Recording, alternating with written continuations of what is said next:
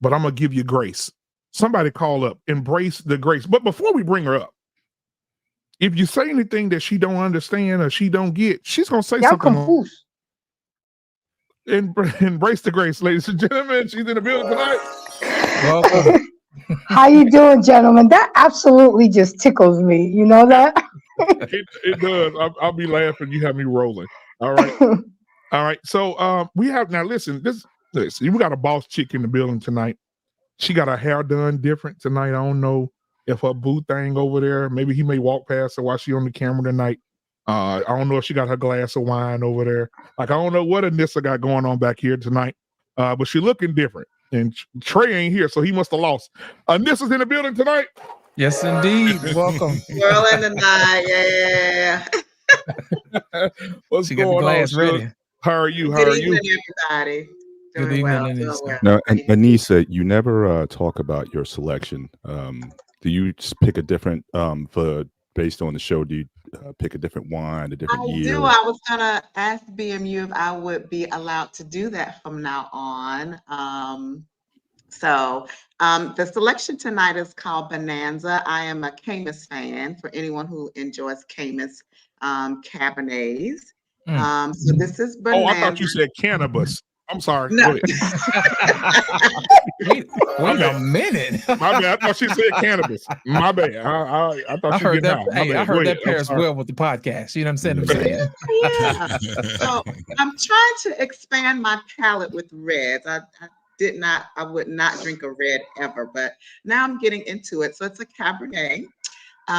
It is by Camus, and it has a taste of, what did it say? Oak, raspberry jam, and chocolate. So it's a Cabernet, and it's good. I like it. I enjoy it. So if he will allow me, I will tell you about my selections when I bring them on. Absolutely. Yes. Come on now. Have your way, sugar. Culture. All right. Now I do want to bring up the last but not least at all. She is she works the chat very, very well. She's a supporter of everybody's channel here. You've seen her if you haven't seen her in your chat, you're not really doing nothing. And now she's gracing her with her presence tonight. Let's give it up for yours truly. Almond Eyes is in the building tonight.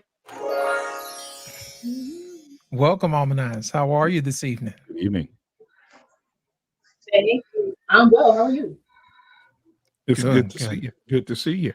All right. So guys, you see the title of the show tonight. Who's really in control of the box? Oh, yes. We've been seeing videos for the last week. We don't even have to show them no more. We had a 70-year-old woman saying, don't submit to no man. I've been married twice. Even if you're a good man, don't submit to him. If he's doing what he's supposed to do, don't submit to him, because he just ain't the woman don't have to do none of that. So we'll start there. Anissa, because we got to break the ice here tonight. Have you seen the video, first of all? And if you've seen it, what are your thoughts about Della Reese's grandmother? I have not seen the video. I did not see that one. Lord have mercy. Do you have it? I can get it for you. Just keep talking, baby. I get it. You know, I get it. I'll have it for you quickly here. Go ahead. Okay. I haven't seen the video, but I just based off of what you just said, I would disagree with her. We are to submit to our husbands, and especially if you have a good man. You know, if you have a good man, I've said it before on here, I think it's an absolute honor to be a wife.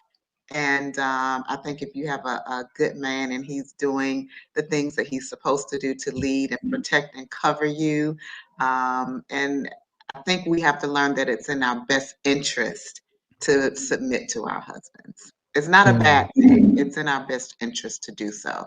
So not having seen the video, I would disagree with whatever she said. She's 70. She should know better. Yeah.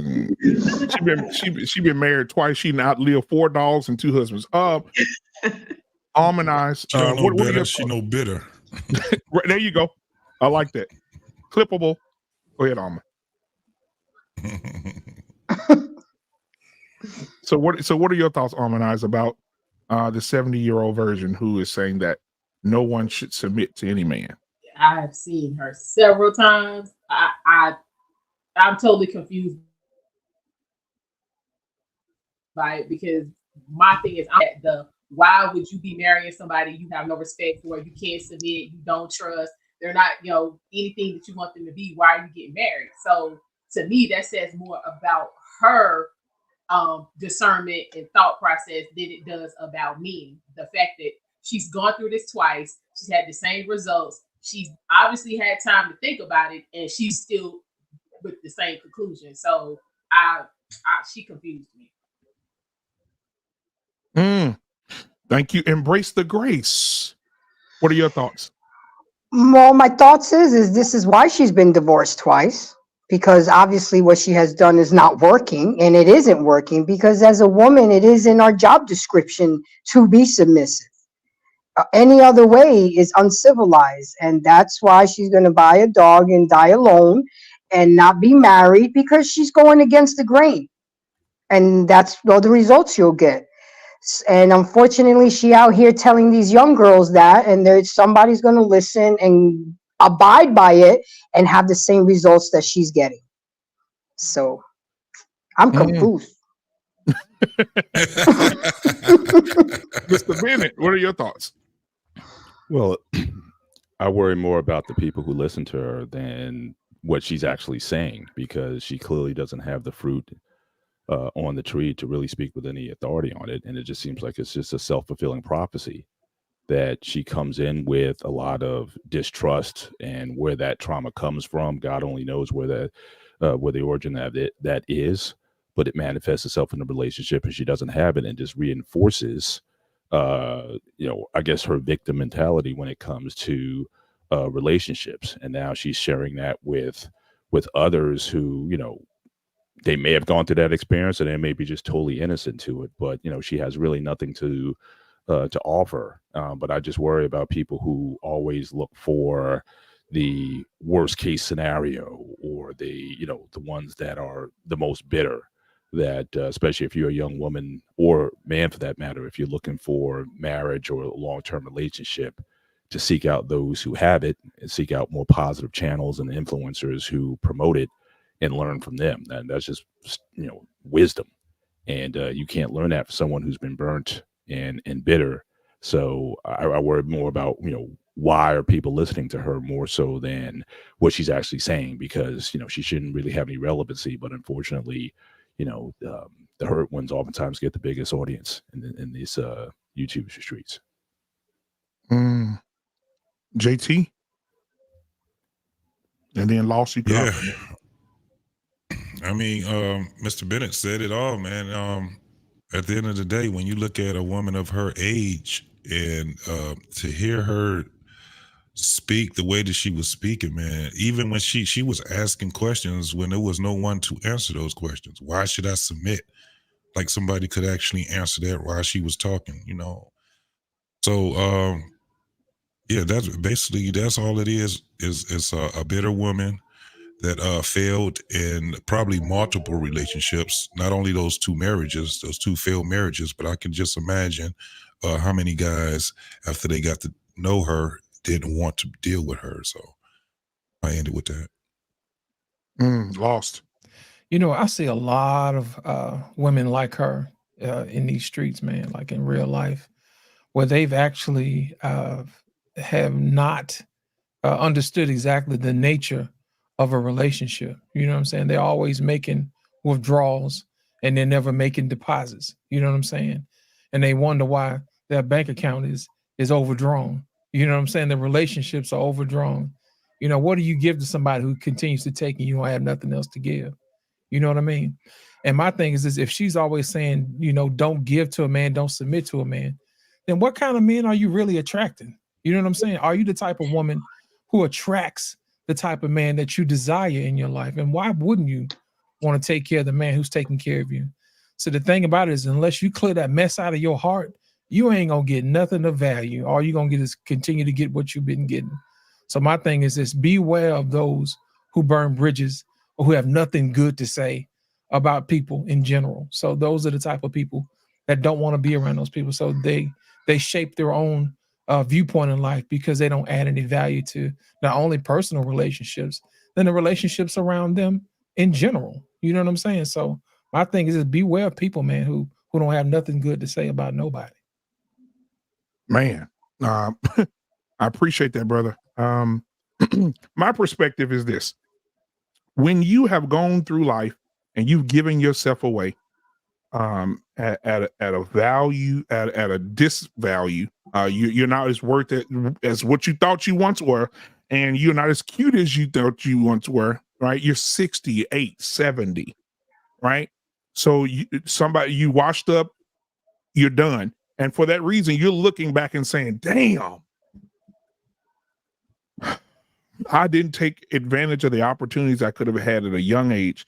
And now I have to die. In the words of the great Take Heed to the Message, the last people you're going to see is the doctor and the nurse before you close your eyes, because nobody else will be there to watch you die.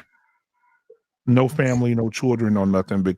And at this age, for you to have one foot in the grave already, and you still promoting this, says a lot about you and your character and who you are. To tell these young women not to submit to a man when they should actually see the evidence of, if you don't do it, the evidence of it is you. They should look at you as the standard of what it's like to be miserable for 71 years. But I digress. But I do want to say this. Sir Hale Speaks is in the building tonight. He said, don't forget the chaplain. He'll be there. The chaplain will be there. Sir Hale, you walk in the room with the Bible. Hey, black man. Yeah. Guess who here? Man, you know what? Before I bring him up, just give me a second. The toughest things any man has ever done is turn down a nice piece of willing, steaming ass piece of pussy. Our Pain is in the building tonight. Our Pain, The one and only, our the Pain. one and the only. Not in front of the ladies, man. Come on, man. Listen, you told your truth. Women love men who tell the truth. And so we stand behind your truth, our Pain. Right. We thank you for your contribution Hello, everybody. to the network tonight, because you said ain't no man gonna turn down a steaming nothing. Then JT came back last week and We went to said, Diggling museums. Yes. so there's a lot going on in these streets, our Pain. There's a lot going on in these streets. But thank you for being here tonight, my brother. You saw the video of the Cobweb sister. What are your thoughts? Well, I didn't see it, but I heard y'all talking about it. So, Mhm. listen, I'm trying to turn over a new leaf. I think people should be allowed to make their own bed. I was going to say dig their own grave, but make their own bed. I think one of the things that men need to do is find our own peace by letting people make their own decisions. Now, she's telling people stuff, but some people are going to hear her, some people aren't. But we could only save the ones who want to be saved. You know what I'm saying? Bad messages are going to always be out there. And I think our job is to always put out good ones.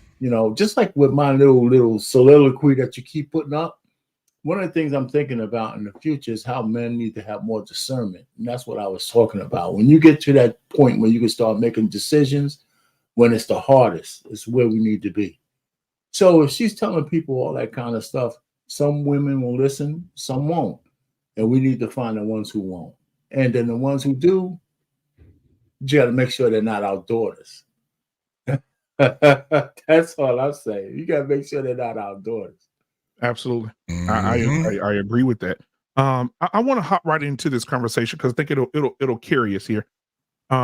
Who's really in control of the box is a good question. There's a lot of different aspects you can go with that question, because we have, I want to start out with my body, my choice. Okay. We talked about this very, very briefly. Me and our Pain yesterday after his show. We had a great show yesterday, Mr. Boomer.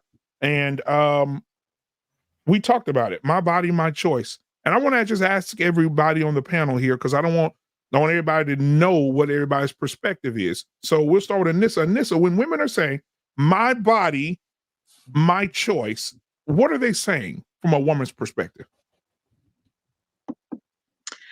Well, like you said, that can be addressed so many things that we're talking about. my body, my choice, oftentimes is talking about the sexual liberation. It is my body, my choice if I choose to have a child or not. My body, my choice if I choose to explore my options, as many options as I want sexually. While I'm single, I can do everything that a man can do. I can have just as many partners as a man, and there's nothing wrong with that. So generally, when I think about it, that's what I think about, that women today feel liberated, and they feel that they can do what they want, and they oftentimes feel like there are no repercussions for their position on that. So Anissa, do you feel as if, do you agree with the term "my body, my choice"?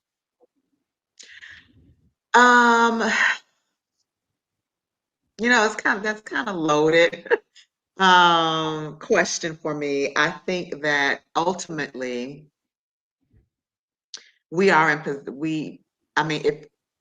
I think it depends on the woman that you're talking about. If you're talking about a single woman, she does have authority over her body, and to make those decisions. Of course, if it's a married woman, then she does not have authority over her body.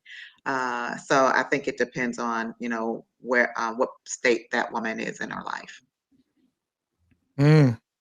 Harmonize. When you hear "my body, my choice," what are you hearing? Justification. Plain and simple. It's justification for whatever decision they've made at the time that they feel good about. Because with my body, my choice, when the decision goes awry or the intended outcome is not received, then you don't hear my body, my choice. So it's just a justification tactic. Embrace the grace. My body, my choice. When I hear "my body, my choice," my mind automatically goes to the deletion of a child. Okay. But my mindset has changed because I was pro-choice. And when I got deeper into the Bible and really started realizing how women used to abuse that, I was happy when Roe got overturned. But at the end of the day, it really isn't our body, because I had to fight my doctor for 2 years for him to tie my tubes. And it was my body, but because he chose not to sign off on it, I couldn't get that surgery. And I just realized that I committed a sin. I was very hurt when I saw it on a podcast that getting your tithes, I thought I was doing it to better myself and make sure that, I got divorced. I'm not going to be out here trying to have, any more babies at my age. But at the end of the day, I wasn't supposed to do that. And I had to ask for forgiveness because it really isn't our body. It's God's body. And then when we get married, it's our husband's body. Even the doctor, even your body belongs to the doctor, because he can refuse to do something. I mean, you can go to another country and you can get it. But I fought my doctor for 2 years before he finally gave in to me. So I think it depends on the circumstances. My body, my choice. But it always goes back to the deletion of a child. And at the end of the day, it really isn't your body, because now you have a child in there and he's needing your body to survive. And now you understand? So I don't agree with it in a lot of different levels. But at the end of the day, people are going to do what they're going to do. And that's something that's going to have to be between them and their maker. All right, we asked the women respectfully, and so I want to hop over to the men. Lost in translation, if you want to guide our men through this question, and turn different. What are your thoughts? But before we do, Sir Hell Speak says the issue is when my body, my choice impacts the oneness that's supposed to occur after holy matrimony. You can't be independent and one with your spouse. I agree with that 100%. We're gonna definitely address that in a minute. And then we had let's see, hold on, I got one more here that was just shocking to me. It says my body, Alex, here we go. He said it is her body and definitely her choice, even if married. We're gonna address that one as well. Thank you, Alex. We're gonna get to that in a minute. But go ahead, Lost in Translation, lead our guys through this question, because I definitely want to hear what they got to say. When I hear my body, my choice, I think it's a scapegoat, man. I really do. Because at the end of the day, when you say my body, my choice, it should be my body, my responsibility. You know what I mean? You shouldn't be relying on somebody else to take care of what you need to have taken care of. You know what I'm saying?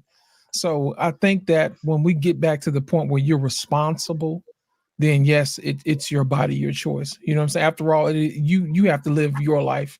You see what I'm saying? But my thing is this: you're also responsible for the choices that you make. And I honestly believe that if you're going to say my body, my choice, it should also be my body, my responsibility as well too. And we're gonna lead out with Trey this time.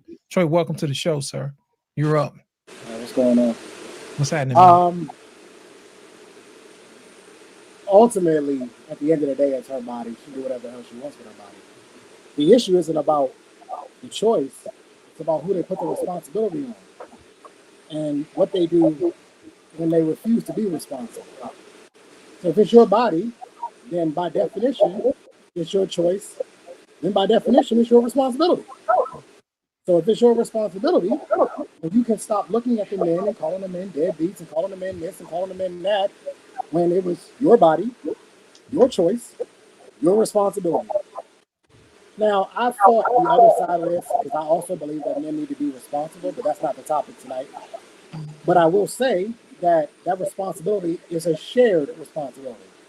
So if that responsibility is shared, then it is your body. Yes, it's your choice, and it is your responsibility again. So absolutely, it's your body and it's your choice, but let's not leave out the responsibility point, like Liz said. Our pain, you up, sir? Yeah. Listen, first, there's a couple of things with this. One, and I get some pushback on this. Women are the sole leaders of the sexual marketplace. I know men don't like to hear that shit, but they are. We enjoy it. We take part in it, but we don't control that. They do. And I believe their promiscuity or their chasteness determines how men are going to behave, unless they want to break the law. And so I do, first of all, I use it to distinguish between accountability and responsibility. A woman is accountable for who they let in their body. Doesn't matter how much a man wants her and all that shit. She can say no, and the law actually supports that. Because if anybody takes her without her permission, it's a crime in every 50 states, everywhere. So she's accountable for who she lets in. Now, a guy who's stupid enough and, irresponsible and lacks discernment, and he actually gets her pregnant, they share the responsibility. But the responsibility has different weights. She's responsible for keeping the kid or deleting it, but the guy loses all control over his life for the next 20-something years. And that's where discernment for a man has to come in. But he's still responsible. I can dig that. So you can't get away with it. But he's not accountable for getting in there, because men will take sex from a woman any way she give it. So she's, if my daughter ever got pregnant, I wouldn't blame the dude unless it was a crime. I would blame her for going against my teaching and letting some asshole get in there. So I'll just land it there. So it's a woman's accountability for who they let in. If things happen, then it's a shared responsibility. That's the way I distinguish between the both. Appreciate it, our pain. Mr. Bennett, it's on you, sir. My body, my choice. Okay. A lot of my views on this have been informed by just things I've seen over my life. When I was a kid, I used to watch those Save the Children ads in Africa, where you have these third world countries where you have these babies are being born to die. Or you saw them with the swelled up stomachs, and you saw them with the flies over them and things like that. So that's always stuck with me, regardless of what I've learned since then. So life itself, for me, is not necessarily worth living when you have conditions that are not conducive for that person becoming an adult. So, I've never thought that just being born is enough. I think children need to be wanted, and I think they need to be in a nurturing environment. So I've always been more on the choice side here. And when I hear my body, my choice, certainly I think women having control over the contraceptives that they use, their desire to have children, I think is totally theirs. And if there are circumstances, I do agree that certainly when you get married, certainly from a spiritual perspective, you are responsible to one another. Your body's not your own, it belongs to the spouse. But that being said, I don't think women should be violated. And I think in cases where, grape or, I don't want to say these words, but I think there needs to be exceptions in that. I think when you see these cases like in Texas, where you had that woman who was going to have a baby that was terminal, that 1 in 5,000 chance of surviving, and she couldn't leave the state, or was forced to leave the state, and they were going to make her have that baby. I can definitely see my body, my choice in that regard. So again, I tend to side more on that side than not. And as far as, since Roe v. Wade overturned, I don't think the numbers have dropped dramatically at all. In fact, I think in some areas it's actually increased as far as the number of deletions. So, for those who initially said, it's a states' right issue, they got what they wanted, and now they want to make it a national issue. And I don't think it's changing. And I being my conspiratorial self, I think it has nothing to do with the preservation of all people. I think it's the preservation of white people, because that population by 2043 is going to be the minority in this country. And it's mostly white women who are the originators of the feminist movement and whatnot. They're choosing not to have as many children as before. And these black and brown populations are growing. And so a lot of these efforts are simply to preserve that section of the population. So I think there's a political movement behind that, beyond just what people might going to go to the Bible and quote this or that or whatever. But I just think that there's more to this, because I don't think these people really care that there's an increase in black and brown children. In fact, they're scared to death of it. So that I kind of operate in that space.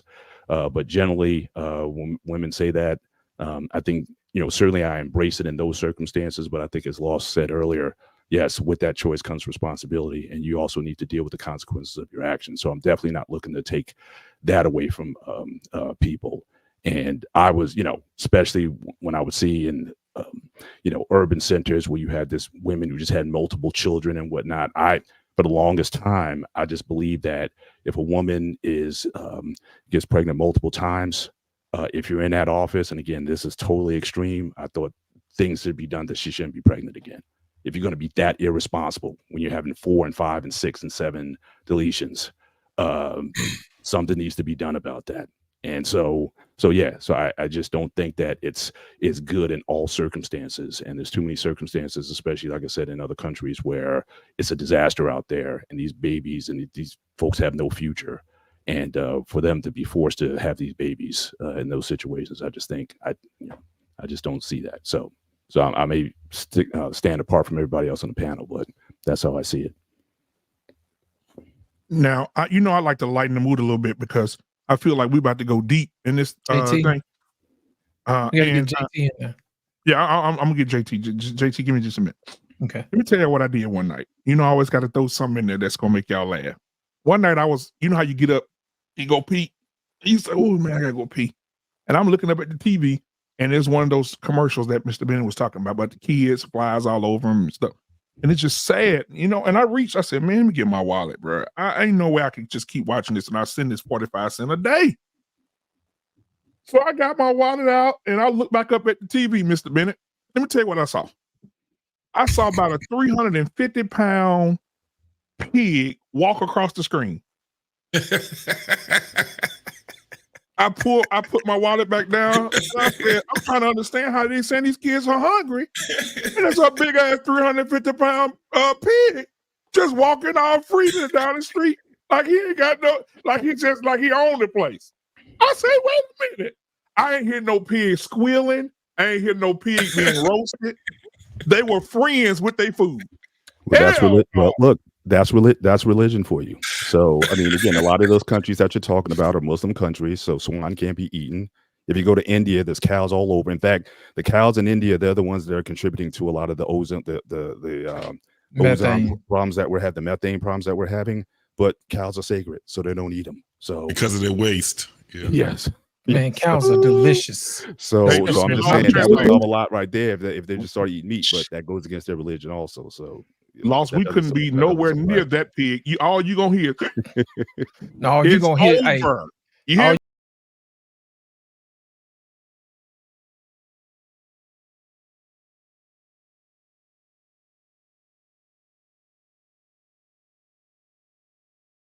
you.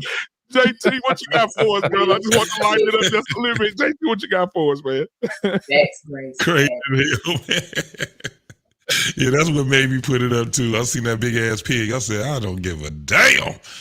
His ass was gonna be eaten. No, hell no.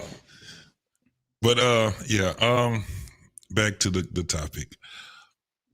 My body, my choice is definitely a lie. It is a lie used as a weapon to keep us separate, y'all. It is a lie. They're liars. They turn you into being a liar. And when you started, like what we were talking about, it gets very sticky. Talking about my body, my choice. We hear a whole bunch of stuff and they attach that with sexual liberation. Like it was something wrong with sexual conservative or being sexually conservative. What happened to that? Why is this sexual liberation thing? That's a lie too. Anybody can get it, is what they're saying. When we talk about these laws and all of these different things, it just got to the point where the answer is, okay, your body, your choice, my money, my choice. It should be what's good for the goose is good for the gander also, if we're going to have that type of talk. However, when you say that and you start speaking like that, what happens? The losers are still going to be who? The offsprings. So at the end of the day, what I came to a consensus of as a man, it ain't my damn problem till you make it my problem. It ain't my goddamn problem. I don't care anything about it. You on your own. All that shit y'all want to talk about, Roe v. Wade and all that shit, you on your goddamn own. All of it is a lie. At the end of the day, you have to be conservative with your body, period. All that liberation shit is for the birds. So until we stop this bullshit and get the man back involved, I have nothing to say about that whole situation anymore when it comes down to her body, her choice, because it's not. If that was the case, then you would not be able to take that baby's life then, because it ain't your body. You have another body inside you. So shouldn't that be your responsibility? I ended with that. Man, we had Grant just come in the building, man. Shout out to Grant, man. Thank you for being here tonight. Yeah, thank you. For, what is your perspective? My body, my choice, Grant. I know you're gonna give us some jewels. So go ahead. Yeah, I'm most certainly on the side of women having full body autonomy. I think we can sit around and sort of make fun of slogans, correct? Just as much as white people make fun of Black Lives Matter. I do think we can realize that something like Black Lives Matter is a lot more nuanced than sort of the surface sloganeering. But if we were to talk about how the impacts of African Americans on when it comes to the number of kids today that live in poverty, the kids that don't have access to sort of basic needs, it's strange that as a community that we would say that we are frustrated with sort of deletions, yet we have high rates of children who aren't being cared for. As a matter of fact, we know that as sort of we've liberalized sort of notions of sort of those sorts of deletions, there are correlations between limited neglect. Also, there's going to limit the number of sort of what we believe. Not just looking at African Americans, we're looking at the sort of levels of criminality that comes out of kids that are neglected. And so you can't just look at these things as sort of being this sort of narrow band of decisions and then say that they don't have sort of a much larger sort of component to them that can be detrimental to African Americans, and obviously much larger for Americans in general. So I think we just need to be mindful of the fact that we want to give everyone the ability to have those freedoms, to not restrict access to this medical care for all women. And again, for women who don't want it, they still have the choice. Obviously, being pro-choice is important in this, the choice not to do it. And for the women who do decide to do it, I don't imagine most of them are going into the idea of doing it very frivolously. And I know we can find always people sort of anecdotally that have done something stupid, correct? Like that we can all agree.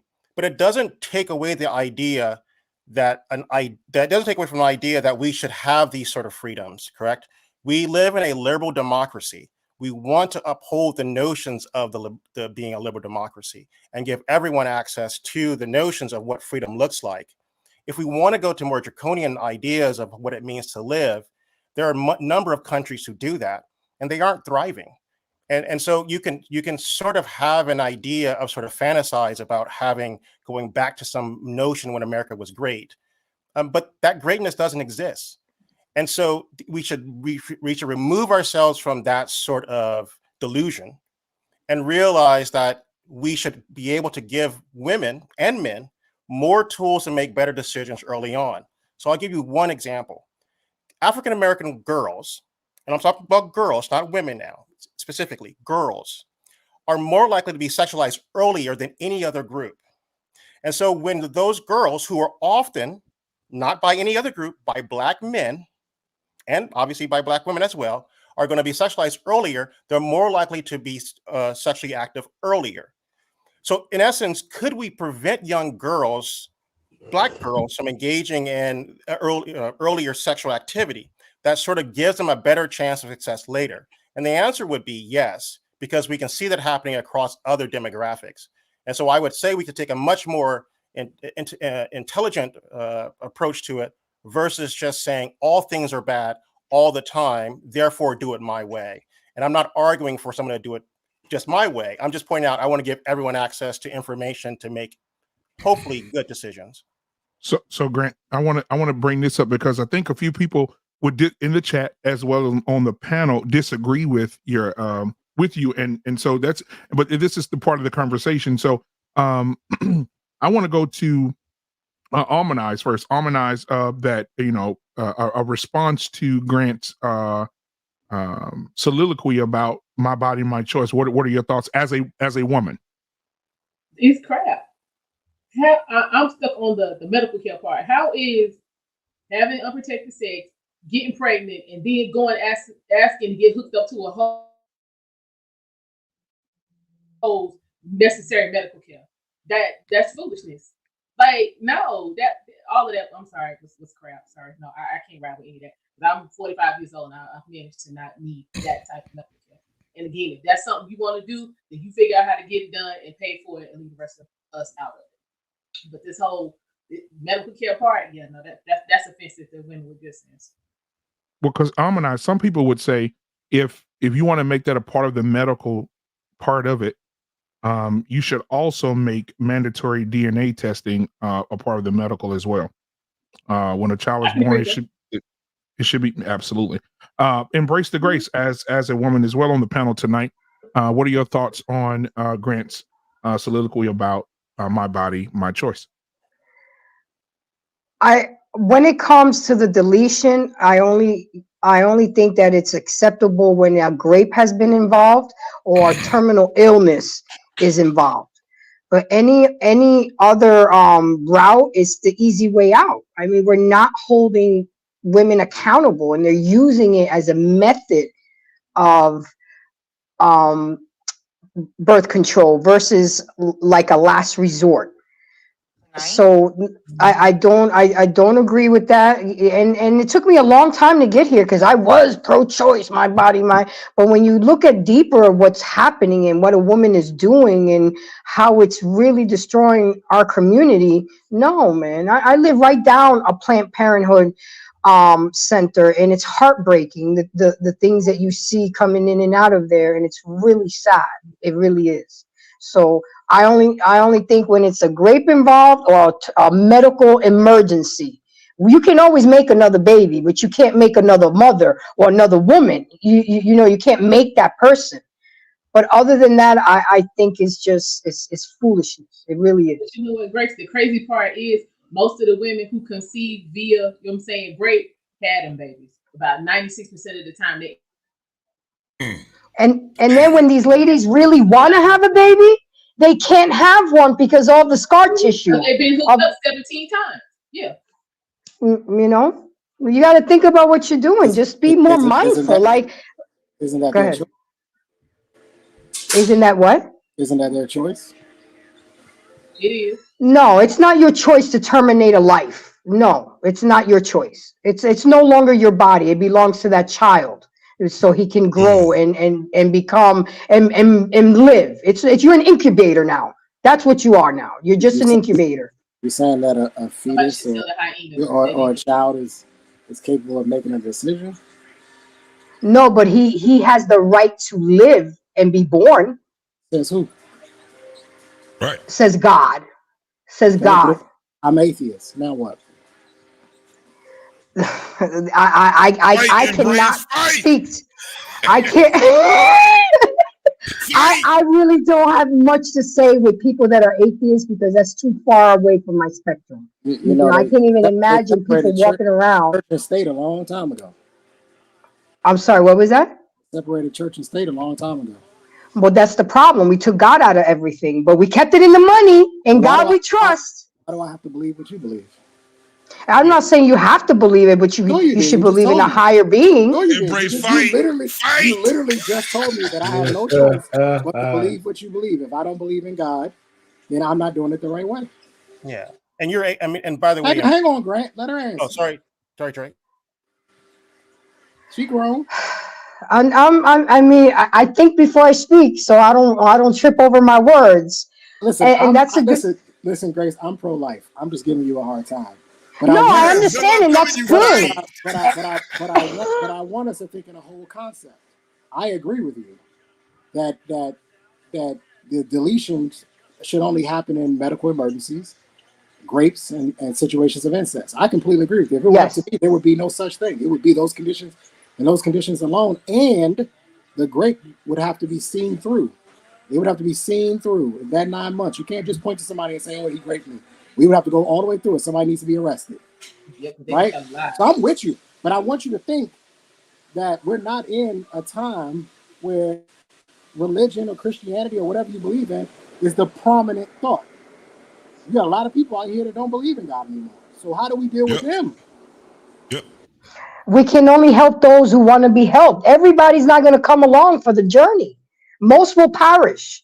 So, you can only help those. Even in the Bible, it says God helps who helps themselves. So I can't be expected to be. That is not in the Bible. That's a misquote. It's not in the Bible. But the issue is, Grace, is that's not what we charge our politicians with. Our politicians are charged with the duty to think about everybody. I mean, you're right. Yes. You're right, Trey. But we need to continue to be fruitful and multiply, and throwing in deletions and doing that, like giving away candy at Halloween. It's bad. It's really bad. I agree, Grace. People are abusing. Now I got to go back and think of rebuttals now with this question.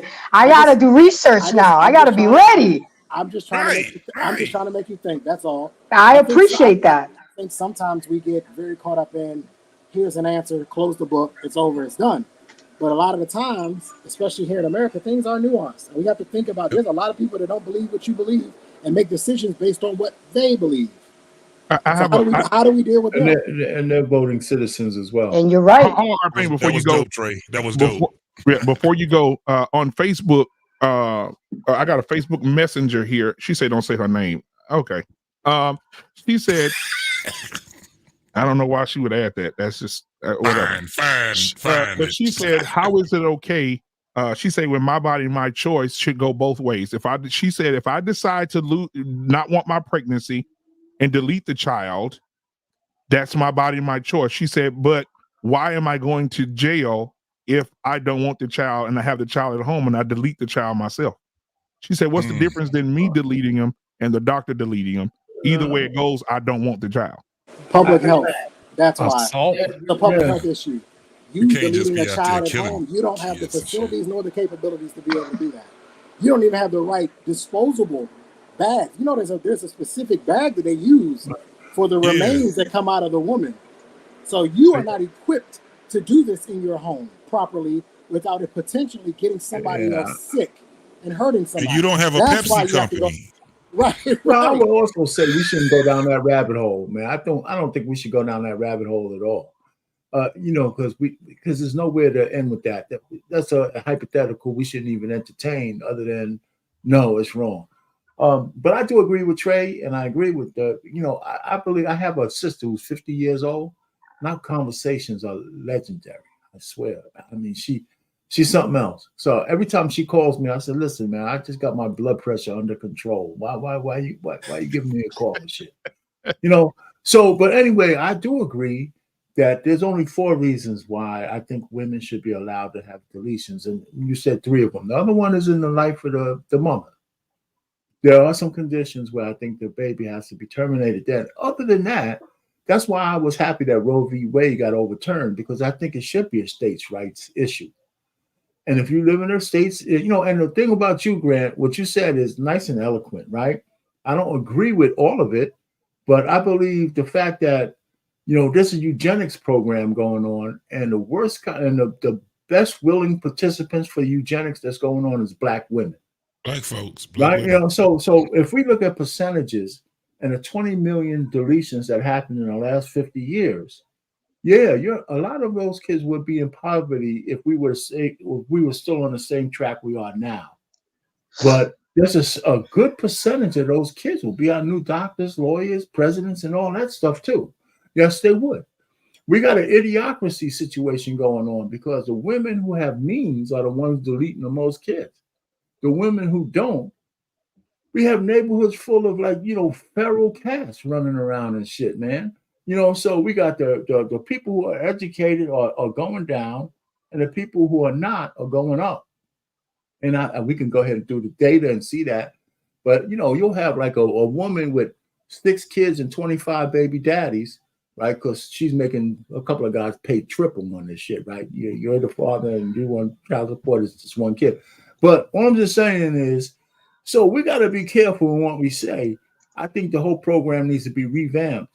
And I'm not saying eliminate it, because there's some reasons why women should have the right to do it.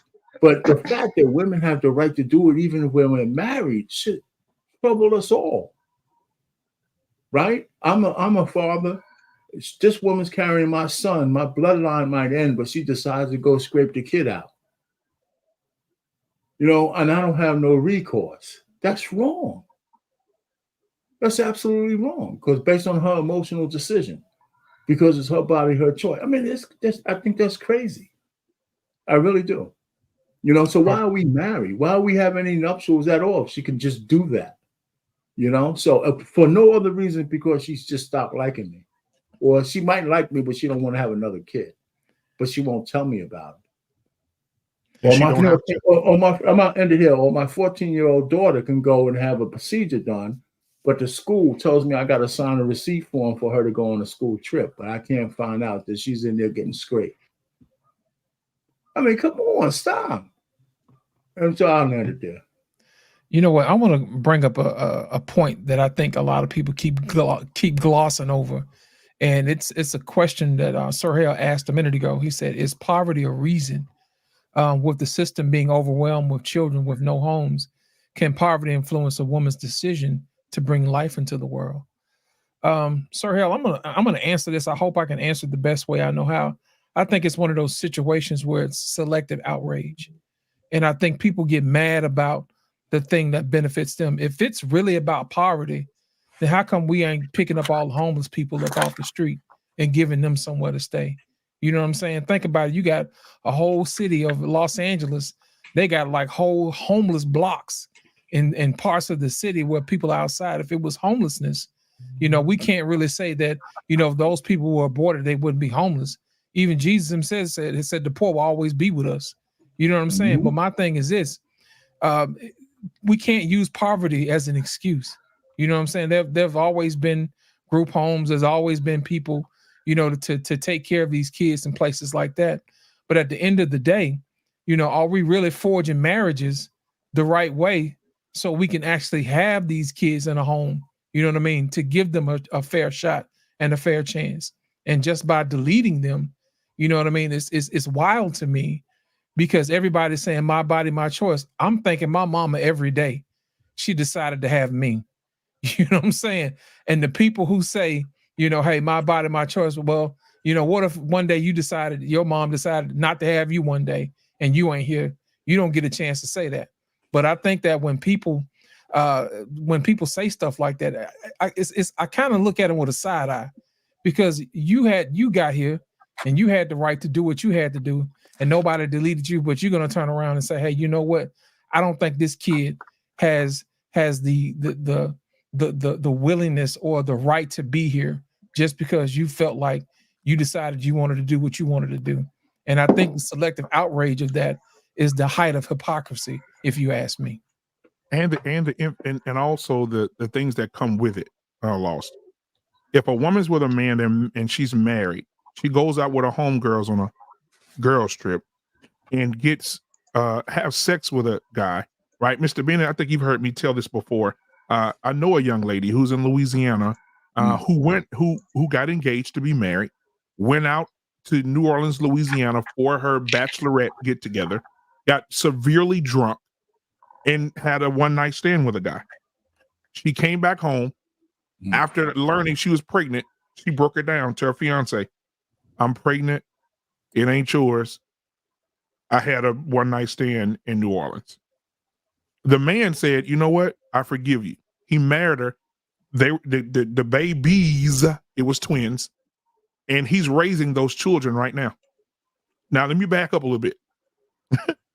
If she decided I cheated on him and these are supposed to be his kids, I can just go to the doctor and resolve I don't have to do no consequences. I don't have to deal with nothing. I can just go take 2 babies and get rid of them. And I think that there should be some rules set up for that. I don't think there should be oops abortions. Oops, I cheated on my husband. Oops, I had a one-night stand. Oops, right? I think that people should be responsible. I think you should be responsible for yourself. If I'm driving my car, I told Mr. Payne this yesterday. If I'm driving my car, I'm gonna switch it. If a lady's driving her car and she runs the red light and T-bones somebody, she is solely responsible insurance-wise for what happened in that car.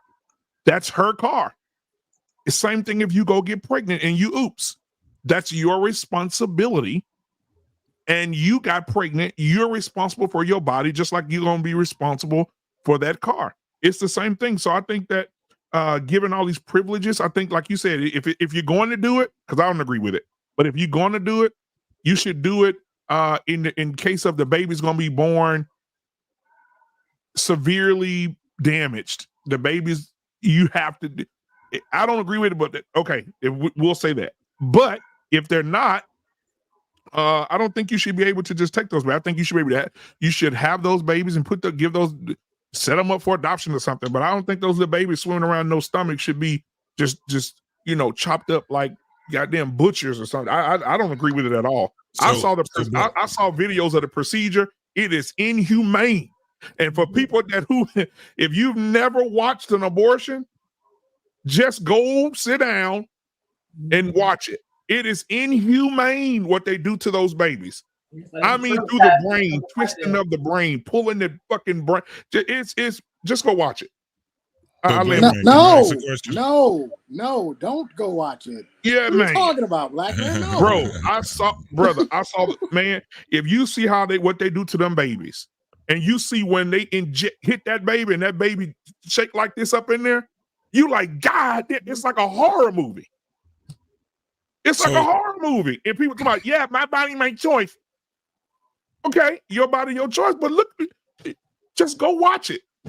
I think every woman that's deciding to have an abortion should have to watch that whole procedure before she do it. And stay awake. Because all this getting put to sleep, you go to sleep. Yeah, hold your head up, man. Hold your head up. Look. Yeah, black man. Stay awake. Well, that's a liability issue, black man. If you make her watch the video and she changes her mind and she dies during childbirth, whose fault is it? Or, hold on, because now they passed laws here in the great state of Texas.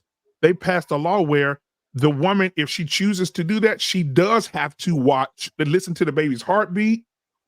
She has to go through an ultrasound. You Yeah, can't just go and get it no more. Don't move the goalposts. We talking about the video. You said that women shouldn't have to go watch a video that shows them the brutality of a deletion. Yeah. And if a woman watches that video and she changes her mind and says, I don't want to do this based on what I saw. We're talking about women here. We're also talking about a pregnant woman. Okay. She changes her mind. She goes and has a child, and she passes away during childbirth. Who's liable? I don't know. And let me tell you why I don't know, because I'm safe to say I don't know. But I would have to ask the lady beside you because she's in that field. So, but I don't know. Anissa, what kind of roadblock would you run into if she passed away in that operating room? I mean, in that giving childbirth. You muted, sweetheart. I don't know 100%, but I'm thinking that there probably wouldn't be any liability there. But I think that the conversations that we're having and these viewpoints is exactly why we struggle with this area. I'm in the medical field, and there are sometimes I'm pro-choice, and then there's sometimes I'm honest to say that I have conflicting feelings about it. One reason is I think you have to be very careful about taking away the rights of somebody. I think once you start taking away, they want to take away the rights of a woman to decide. Then somewhere down the road, what happens when someone wants to take away your right to do something? So that's why I think this is such a slippery slope. I am definitely against a bunch of men being able to determine and tell women what they can and cannot do with their bodies. I am definitely against that. So I can see where this can create. I see why this is a problem. And I see why people feel so strongly about this thing, one way or another.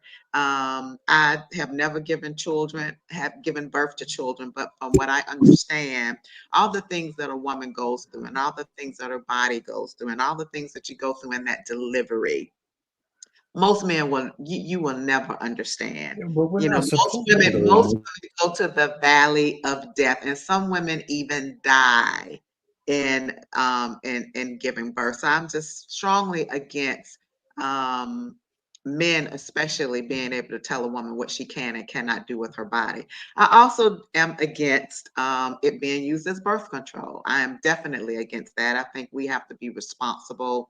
It is not for that. Yeah, so I can flip flop about on this issue. I got two things. Hold on, guys. There's a lot of contradictions because right now we have parents in America who kids don't know what kind of cereal they want to eat in the morning, but they can say, Mama, I don't want this penis anymore. And the mama would say, okay, let's go get you some dresses. And you give that child the right to go and shop for a dress. I saw a little kid for Halloween. He wanted to be the damn Frozen girl. What's the damn girl name? And the mama went got him the dress, and he walking down the damn street with a damn dress on. Anyway, yeah. I'll see you the video. I have a daughter for all of y'all that are worried. Yeah. And so he's walking down the street like that, so he can choose his genitalia. Oh, I don't want it, Mom. I want it cut off. But when a woman has a baby, you will consider your son wearing a dress, but you won't consider the life who may want to live. You say my body, my choice. Cool. Why can't that be across the board? That child could, if he could talk, he'd probably say, well, my body, my choice. Don't delete me. But that's I want to live. But that would be a false equivalence, correct? You're saying the person that made the decision to keep the child, I mean, they're a separate entity and the other one isn't. You can't say that they're cross-pollinating ideas. Like I say, if you're sort of thinking through these problems, correct? So you can craft an archetype, but then you're bleeding all the archetypes into one, which becomes problematic. And then you're saying that there's a conflict there's this conflict of their decision making. Well, but let's use a slightly different way of thinking about these problems, which I think these are all good questions. I think everyone's, again, really I think everyone's sort of goal is to have healthy young Black kids, correct? I think that's our goal. Right. Children, period. Children, yeah. But let's just say we can convince every woman to have a child. Let's say that we could craft a way that makes sense and you're not restricting, and it rises off their brain that it's a good idea to have these kids. Okay. But then we can look at African American outcomes, and let's just say we take all the worst outcomes, and we have most of them, correct? And now you're exponentially growing all the worst outcomes. And so kids who are dying of starving, kids are dying of diabetes, kids who are not getting educated, kids are being neglected in states that claim to care about kids are not having good outcomes. And so are we relegating those kids who are then born to a life that is unfulfilled, and we're exponentially growing that number? But Grant, come on, man. But you're also exponentially growing the outcomes that will be good too. You can't just take one without the other. But it would be different, because when you look at countries, correct? So you can just look at countries that are coming out of abject poverty. What you notice about those countries that they don't say have more kids, correct? What they're trying to do is sort of retard the idea of having too many kids. And you have to do that because you have to be able to take care of kids. So the more kids you have, most countries that have too many kids have elongated periods of poverty. And there's a host of other issues. And countries that are able to stabilize their birth rates that are reasonable and able to be sustained economically, those countries are thriving. And so you can look at a country like China that was able to, although they went way too far, one of the things they had to do is sort of fix the population problems, although they did it poorly, in order to be able to emerge as an economic power, just so they can feed their people. So at a certain point, can I ask you that before you keep going? Because they changed their social contract. We would have to change the social contract. So there's a possibility to change the social contract based on the elements of having more kids. So just because we're Black, they might not do it for us, but they're trying to change their social contract to fit what they wanted to do. So you can't have, just because more poor kids will be born, which you're right, I don't disagree with that. But so with more Mozarts, so with more people eligible. I mean, because it's always a mixture. Now we could talk percentages, and I don't know all the numbers, but you can't just say that because we have more kids, all of them are going to go to hell. Yes, you can. You can say that because I'll use this example every time. West Virginia exists. It's highly conservative. It's all white. It has all the features of being a Christo fascist nation state, correct? It has all the wonderful features you want, correct? If you believe the nonsense, correct, that you hear. So in essence, this is a great sort of way of looking at the world. Are there examples in the world that can say you can have this perfect world of having the most Christian state ever?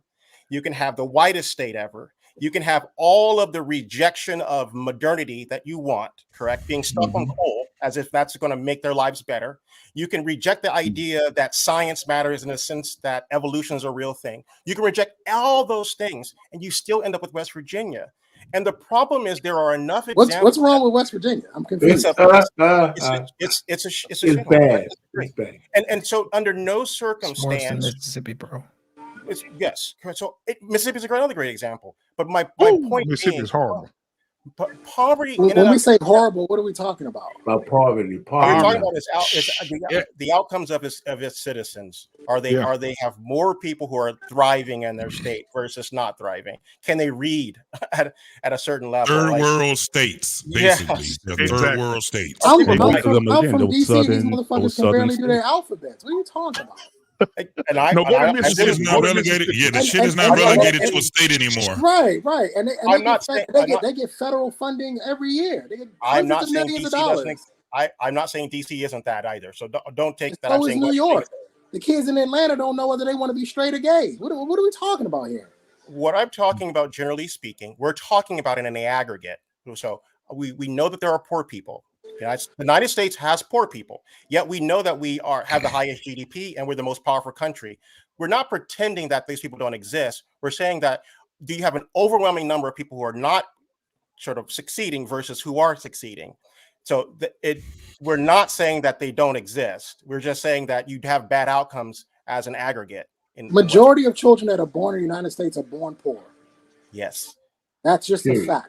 That is what it is. It just is what it is. And that was my point to Arpain. Having more kids born into poverty isn't going to somehow make them less poverty. And not having more kids doesn't mean that we're going to get out of poverty. Yes, right. Wait, hold on. So what it does come to is this. Again, it's the social contract. We don't have social contracts here. Yes, this is where we have a problem at. This is where, because I was about to ask the question, I almost lost my thought, but I'm back on it. Anissa said something that I have to add to it. She said, men have no idea of what women have to go through in pregnancy, right? It seems to me is that women don't understand what women have to go through in pregnancy either, because they wouldn't be out here just having kids just crazy outlandishly like this, like what we're talking about. This has been going on for at least 50 damn years, 5 decades right now that we're dealing with. But the question I have to ask is this, because I think it's a problem too with the men. How many men are actually adamant on women not getting abortions? Not many. Because from what I hear, men, most men are cool with it when they don't want that woman. It's a lot of men that's like that. I think that's a part of our problem that we have also. This is the reason why we have the issues that we have. We have a bunch of men not saying anything, or they are actually saying, yeah, we need to go ahead and get that abortion. What you gonna do is the question that they ask when the women tell them that they're pregnant. What you gonna do? What you gonna do about it? Because what they're hoping for is that she say, I'm gonna go ahead and have that abortion. The same thing that we were talking about when it comes down to my body, my choice, my wallet, my choice, right? We can't have that ideal if we're not being people that are having sex with one another with discernment. You have states, normally they're the states with poverty, where you have 3 men impregnating 18 women. 18 damn women. 79 damn kids amongst the 3 of them. So what are we talking about? So I understand exactly what Grant is saying, but it does come to the point of, as men, we got to say that we are the problem too. We are part of this goddamn problem too when it comes down to it. Because I know way more men that are for abortions that are not for abortions. Facts. But that's why when Anissa said that men shouldn't have a choice, I mean, most women voted against Roe v. Wade. It wasn't just men. I mean, I think there was more women. That's because more women vote than men. Right. You know, Anissa, but it was a lie. It was a lie. The woman already had children.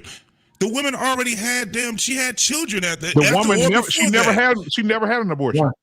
Right. And Anissa, can I ask a question? Man, but Arpain, you said most women voted. What do you mean voted? Well, maybe women voted against. I mean, women had they didn't. No, the Supreme Court struck down Roe v. Wade. What I'm saying for that, the women were protesting against Roe v. Wade just like anybody else. There was always more women out there than men.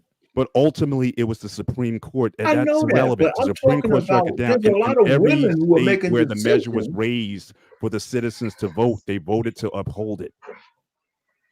Yeah, but who votes? So what do you mean by most women voted? Women vote.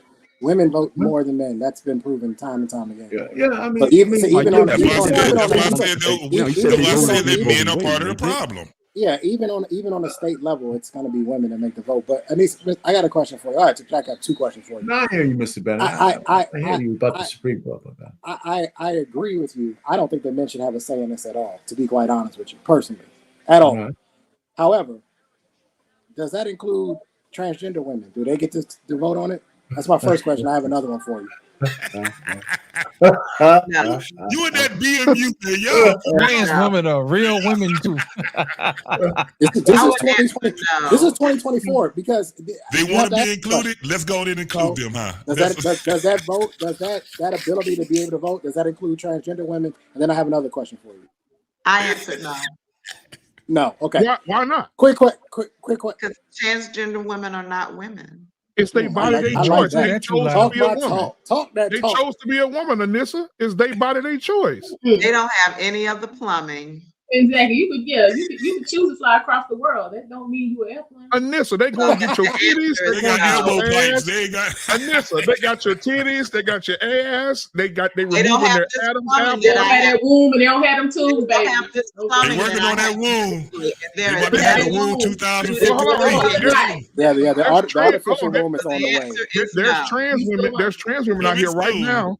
There's trans women out here right now. They're saying, I am the living birth control. I cannot get pregnant. Fallopian tube coming soon. But they can't. I mean, that's absolutely true. They can't. They have none of the inner workings of a natural born woman. Okay. All right. Here's my second question. Here's my second question. If women are the only ones who get to vote on this right, would it be fair that we would take the rights of child support away from women and make that purely on the man? That it gets to be voluntary, and it's purely on the man. Because since if we have no birth rights, we have no rights to whether or not a child is in, which is kind of the way it is now anyway. But we have no right to say whether or not a child comes in and out of this world. Can we then have voluntary child support? I'm okay with it. I will be okay with that. And men's groups have advocated for that. Several of them. Yeah, I don't like. It's like, and this is like you said earlier. You don't like men having a say so over a woman's reproductive situation. Well, guess what? Men don't want a whole bunch of women telling them what they should do on their end of the reproductive situation as well, too. Be my 1099 alone. And at the end of the day, that's why men and women have to be responsible. Yeah, but who pays though? Both. I mean, both of them. They don't. If I just hypothetically, it's our choice.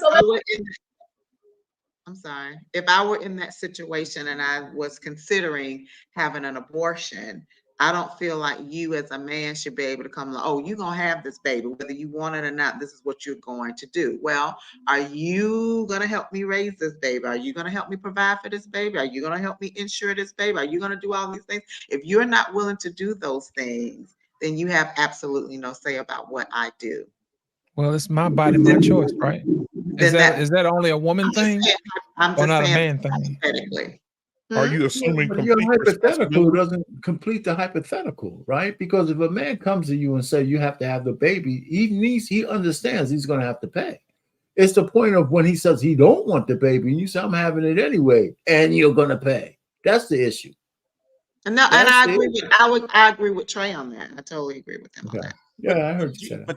But does anyone find it odd that in a state like Texas, which is mostly ran by what we consider white men, conservative, who often are against child support and would share your view, have not put forward any sort of legislation, and they could get it passed in Texas, that would remove child support as a mechanism, at least a draconian child support mechanism in Texas? I would offer this as a position point.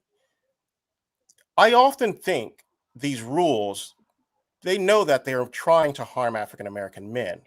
The more draconian the child support, don't give Black women, if a woman gets child support, extract that from her. If she's receiving benefits, extract that from her. If a Black man is engaged, extract it from her. Correct? It is an extraction process by which it's meant to harm African Americans. Often when you talk about child support or welfare, the face of it is often African Americans. And yet here we are arguing whether or not it should work. But you have to imagine, if we think these things should work, and we think that that these are necessarily conservative or whatever ideas, why aren't they being passed? They're not being passed because often we've been used as a pawn by the powerful, for the people who are saying that that welfare in and of itself is something that's just is Black, or correct? Grant, you're taking us on a long journey. The reason why it hasn't been passed is because white men are also the judges, and their pockets are getting lined with the child support money. But again, Texas has a cap, so I mean, nobody's dying to get caught up in child support. Yeah, that's my point. If it's so bad, it should be removed. I will tell y'all you this. won't be able to do it. They won't do it unless they cut their own neck. You know what I'm saying? So that's basically what it is. It's just it's a lot of money in that, man. We talking about billions of dollars in child support. Now, I'm not shooting myself in the foot. Hold on, guys, real quick. In the state of Texas, they use the child support money. 33% of what you send in for child support, they use it for the retirement plan for government officials. Right. And who gonna give that up? Here's my thing. I don't think you guys are. There's a tremendous amount of white men who are paying into child support too for that. It's not just African Americans. I was just about to say that, Arpain, because here's the thing: they can't take billions of dollars if we broke. You know what I'm saying? It's some white guys that's in that number too. But I will tell you this though: change is coming. Texas may be doing what they're doing, but Tennessee said, "Oh, before you sign that birth certificate, we're gonna need a DNA test." Here comes the money. Here we go. Great idea. Here comes the money. Oh yes. Before you sign that, pointed in the right direction. That's all it is. Before you sign that birth certificate, before you collect $200 and go past go, you're gonna have to prove that that baby belongs to you. And I think a lot of times the accountability part is starting to come up. Guess what? In the state of Florida, now if you get divorced, guess what? You ain't gonna be able to extract alimony no more. Here comes the money. Here we go. Money talk. Here comes the money. You know what I'm saying? Because here's my thing. If you extracted money from your husband before you get married over a period of time, how come he can't have sex with you after you divorce? You ain't finna be, you ain't finna be having sex with him after y'all done got a divorce. So why should he have to pay, you know what I'm saying, alimony forever? I'm here to tell y'all, accountability is here. And these folks.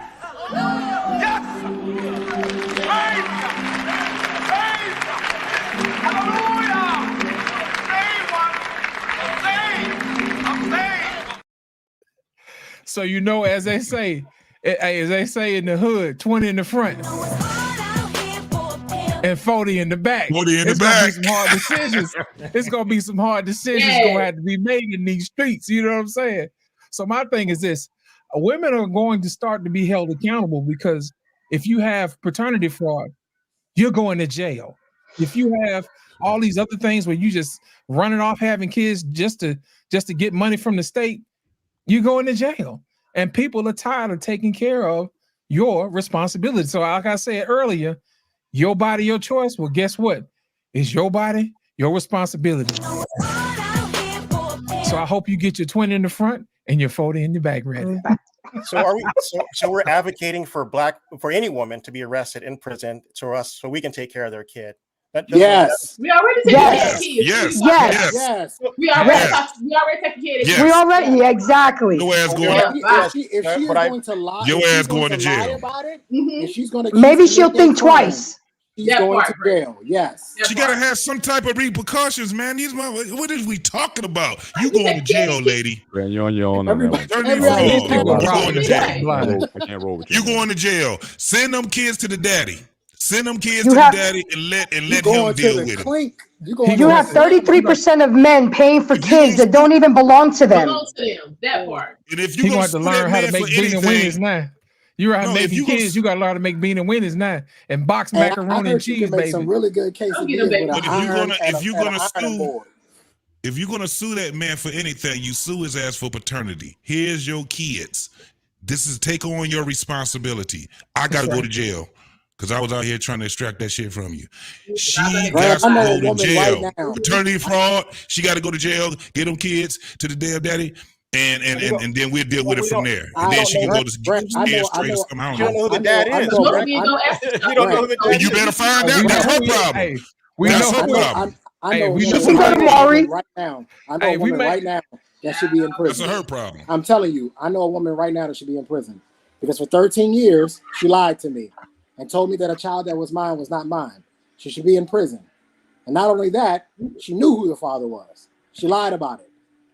So these types of women, they got to go. And to be quite honest, even if that was my child, he's actually better off with me than he is with her. Even to this day, he's better off with me than he is with her. And she's a liar. And these women who do this intentionally now, they deserve to go to prison. If they go to prison for Medicare fraud, they can go to prison for paternity fraud. These hoes ain't loyal. You gotta. Now we'll tell you, we may not know who the daddy is, but we damn sure gonna figure out who he ain't. You know what I'm saying? Ladies and gentlemen, welcome to the stage. Take heed to the message. Yes. Welcome, Take Heed. I know you've been Black Man Unfiltered said we calling out all the hoes this year. Yes, we are. We calling out all the hoes in 2024, damn it. We tired of y'all. We tired of y'all. We calling out all the hoes in 2024 this year. Ladies and gentlemen, put your hands together for the one and only. Take heed to the message. Take heed. How are you, darling? Welcome to the show. I want to hear what you got to say about this. Come on, bring us on in there. So as I was having internet trouble, shout out to the internet in Jersey. As I was having internet trouble, I was listening to y'all. And shout out to Jersey because we don't do that foolery over here. We do paternity tests over here before you can do child support. So shout out to Jersey. Like, nah, we got to know who the daddy is first before we make them pay. Y'all other states, y'all behind. Y'all know this new to y'all, but Jersey been in it. Jersey been in the game. So I'm gonna share something with y'all, and some of y'all gonna get offended on the panel, but women who have never had children before, men who have never had children before, they should not have a say-so in deletions. They shouldn't. Deletions, and I'm an advocate for it because I have done deletions. I have done deletions. It is not fun. Even in the midst of me saying I don't have enough. I don't have the means to take care of this baby. It is not fun. It is painful. And you will have some Christians that will sit up here and they will say that, well, you know, we don't want the children to be suffering. We don't want the mother to be suffering. But I like to go back to when there's a 2-3 minute window of opportunity to put on a condom. There's a 2-3 minute opportunity to get some birth control before you go and lay down on that bed and spread your legs. So I have a problem with that because now these said women who are getting these deletions, it's not just one that they're doing, they're going back. The deletion is the all safe haven for these women. So when people get up here and they like to say, oh, women should make the choice, you had that opportunity to make that choice 3 minutes before you landed on the bed. You had this opportunity. Deleting children is not a cakewalk. You have blood stains on your hands. It is not a cakewalk. And anybody who sit up here and tell you it's the woman's body and her choice, you had 3 minutes before you made it to the bed to make it your body, your choice. Now, I'm not sitting up here saying that, oh, we shouldn't help mothers that have these children out of wedlock. I'm not sitting up here saying we shouldn't help. But when you fucking up and you doing foolery, okay? You out here giving that twat to everybody. You busting it open for everybody, okay? And you doing nonsense. Why am I paying welfare? Why am I paying welfare?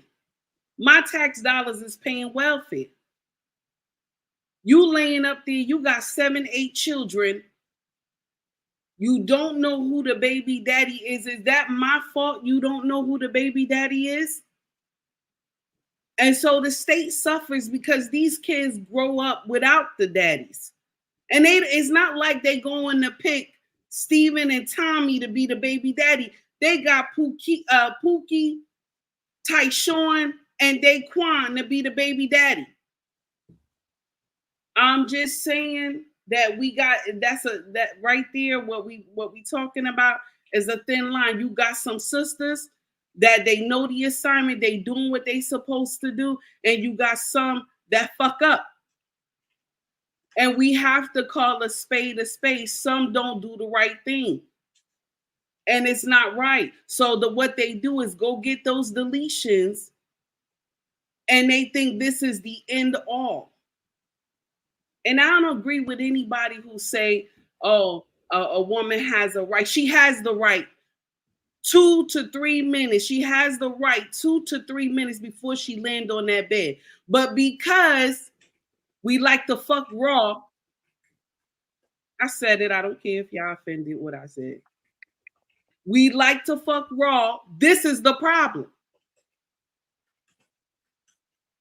You want to fuck raw? Go get married. Go get married. You can swing from the chandelier, drop it, fly from the helicopter, all that nonsense you can do. But we don't encourage that. We encourage baby mama culture. And am I sitting up here talking about I'm holier than thou? Nope. I'm from the hyena boneyard. Shout out to Crimson Cure. I'm from the hyena boneyard. I was doing nonsense too.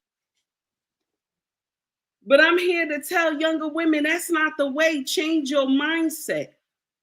I had daddy issues too. Stuff done happened to me, but that does not mean that I'm supposed to lie in my ish. You're supposed to stand up and continue to fight through life. This is the problem in our culture. Some bad stuff happened to you, you lay down. Instead of you getting up and saying, no, I'm going to make the best of the stuff that I'm going through. No, we want to blame everybody else. We don't want to take accountability. We go sit up here and blame mama, daddy, grandma, auntie, all of them for not doing right by us. And so we don't take care of our children. I'm done. Ladies and gentlemen, take heed to the message. Can I ask a follow-up just for some clarification, if you don't mind, take heed? You talked about the baby mama culture that's being created, which doesn't seem to be yielding positive results for us. But is that then, so is it better to have that culture, or if a woman cannot in a situation have a child or support, to have the deletion? I got a little confused when you were talking about those two. It's like if you do if you don't do the one, then you're going to have the other, and neither one seems to be a great situation. So I just want to be clear on where you're landing with that. So what I'm trying to say is that you need a different mindset. That's what I'm trying to say. Because with all my ranting and cursing, there's something in there. Most people, they get it, some don't. But there's something in there. What I'm trying to say is that there's an opportunity that you don't have to be a baby mom. There's an opportunity that you don't have to be a statistic. Why do we always just go to, well, I just, it was good to me at the time. But we forget about all the consequences because it was good to me at the time. So I just think that there has to be a different way, because us giving the power of deletion is not working, especially in our community. In the melanated community, deletions has not helped us. We have not grown since the 70s.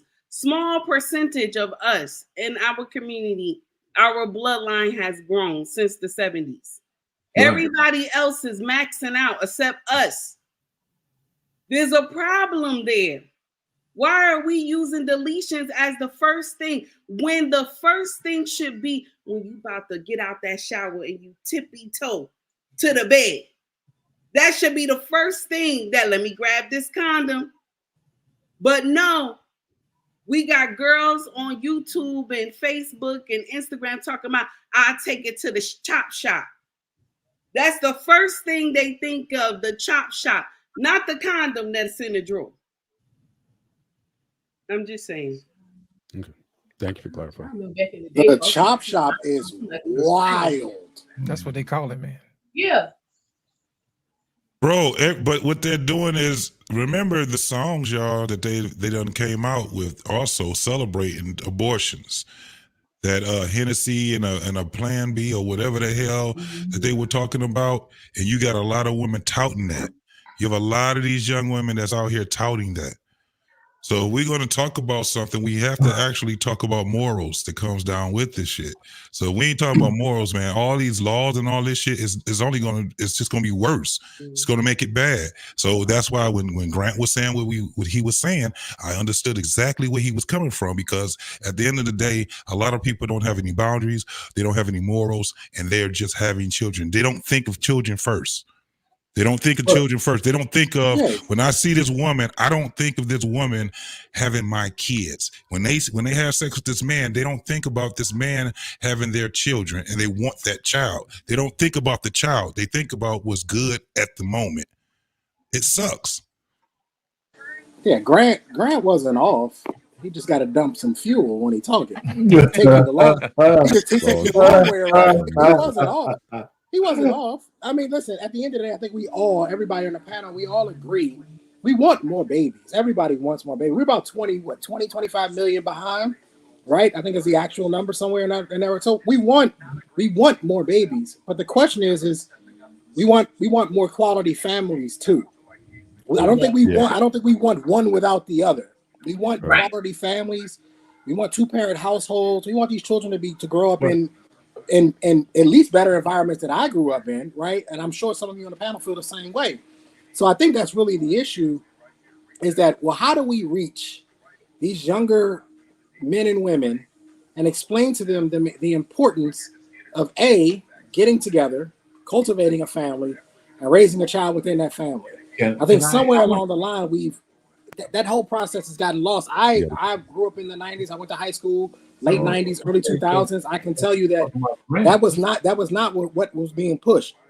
That was not what was being pushed. And while I was in high school, it wasn't about, go find a girl and get married and have kids. That's not what it was. There were girls even at that age that were, they were pregnant one day, and then you wouldn't see them for 3 weeks, and they'd come back and they weren't pregnant anymore. So, you know what I mean?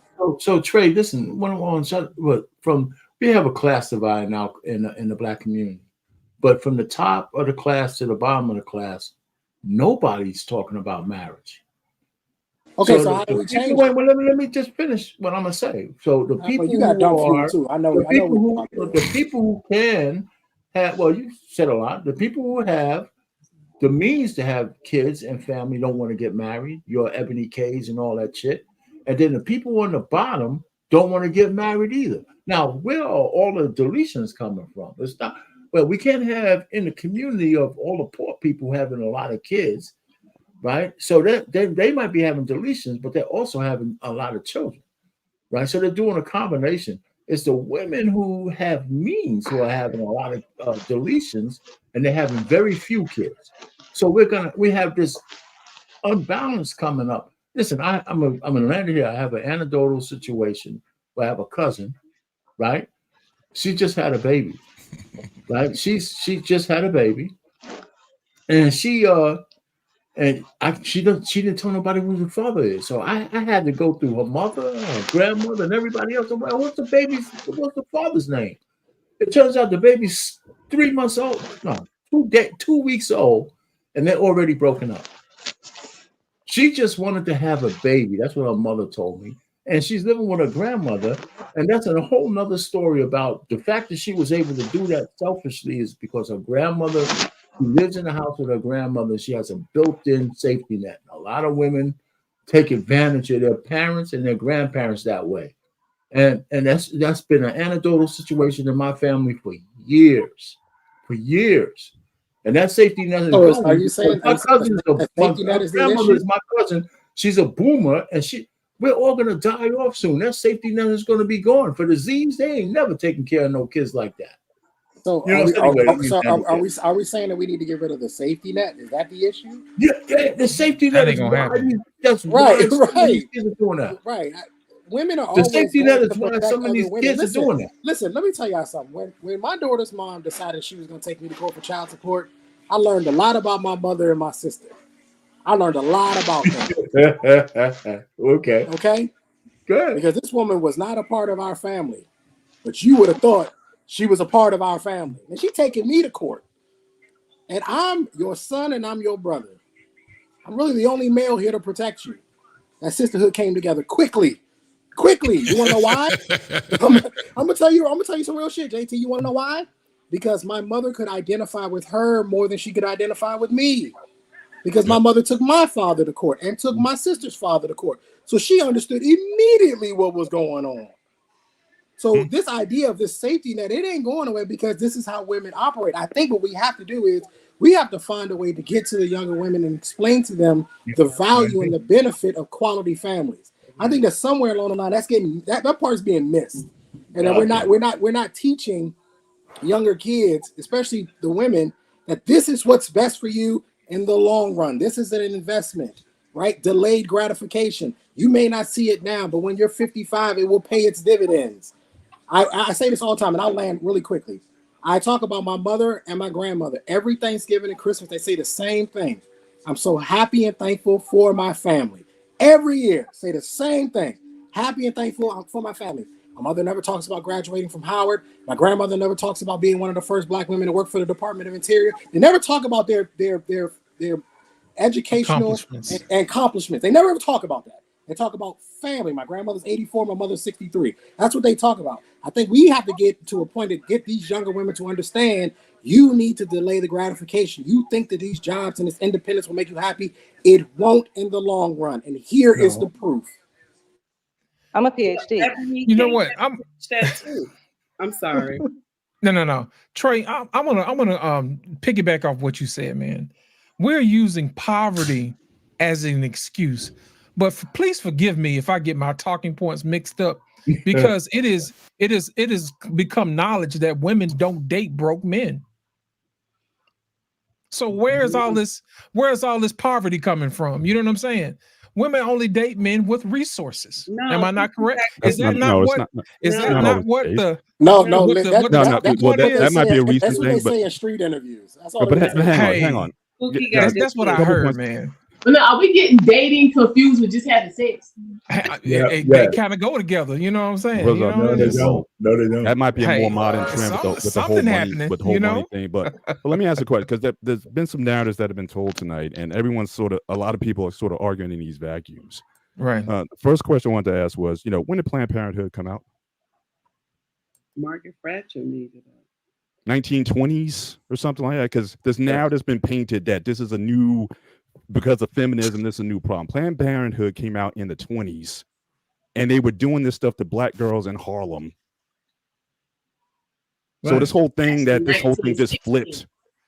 So poverty is a major factor as far as why these things were even allowed to happen in the first place, because they were going to vulnerable Black girls in urban centers of extreme poverty, and they were convinced that this is better for them. So this isn't a new problem, or it's certainly not a wave since the 70s or 80s or since all these things that we talk about. Poverty is a major issue when it comes to whether or not someone decides to have a kid or not. So we going back over 100 years with this thing. This is not new. And again, and the second thing is when people talk about, we lost 50 million people. First of all, the numbers are all over the place. There's not even 50 million of us, period, in this country. But so we lost 50 million, we lost 20 million. Everyone's just throwing these numbers out because of Roe. But the thing is this: if you didn't have it at all, then people wouldn't be having children. So we didn't lose 50 million people, or however you want to say it is. If that wasn't an option, then you'd have less, maybe lost a couple million, but not the 50 of the numbers. So people look at the number of abortions and tries to say that means that we would have that same number of people would be living today. No, if you couldn't get one, you would either have the baby, which is again not like, or you just wouldn't have sex. So again, we can't just conflate that. Okay, well, because we have so many deletions that we would have this many more people in the Black community. That's not true either. And what I'm also seeing with this discussion a lot of these people who are advocating for the removal of Roe and so-called protection of life. This is why my conspiracy hat comes on, because a lot of these same people are also advocating for removal of all birth control. So again, if you don't want these pregnancies to happen, but you want to take away access to birth control in almost every form, maybe with the exception of the condom. So then how is that going to, help to get the desired result that you want? Unless you're going to say everybody just be virgins until marriage or whatever. But as Brother Arpain says all the time, that's not going to happen either. Yeah, but so everyone tries to argue things, but I don't think we're carrying these arguments all the way through. I'm confused because if we got all this access to birth control, then how we sit up here arguing about 25 million deletions? So just because it's there doesn't mean people using it. So right. So why are they in such a hurry to take it away? There's a lot of legislators going on. They're trying to remove access to birth control as well. So if it's not making a difference, then why are you putting all that legislation behind it to try to remove it? Well, the black people ain't advocating to take away birth control. That's my point, which goes to my conspiracy theory. This whole thing has nothing to do with black people. It's about the preservation of white people because they're going away. Represent something, Mr. Bennett, because I've got a lot of family here, some of whom are here in the audience tonight. I also had my first abortion at the Seattle Planned Parenthood. Yay!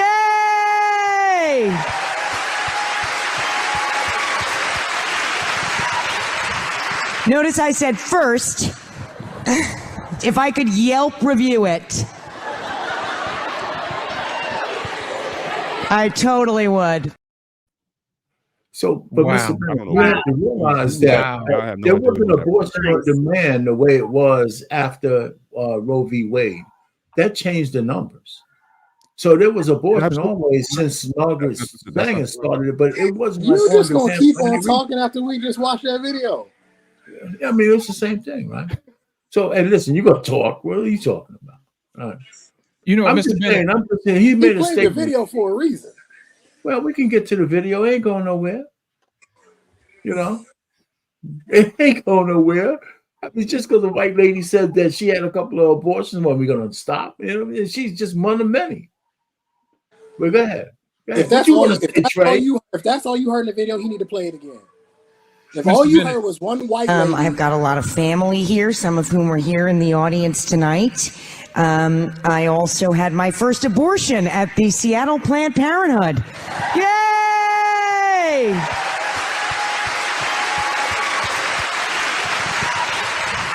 Notice I said first. If I could Yelp review it,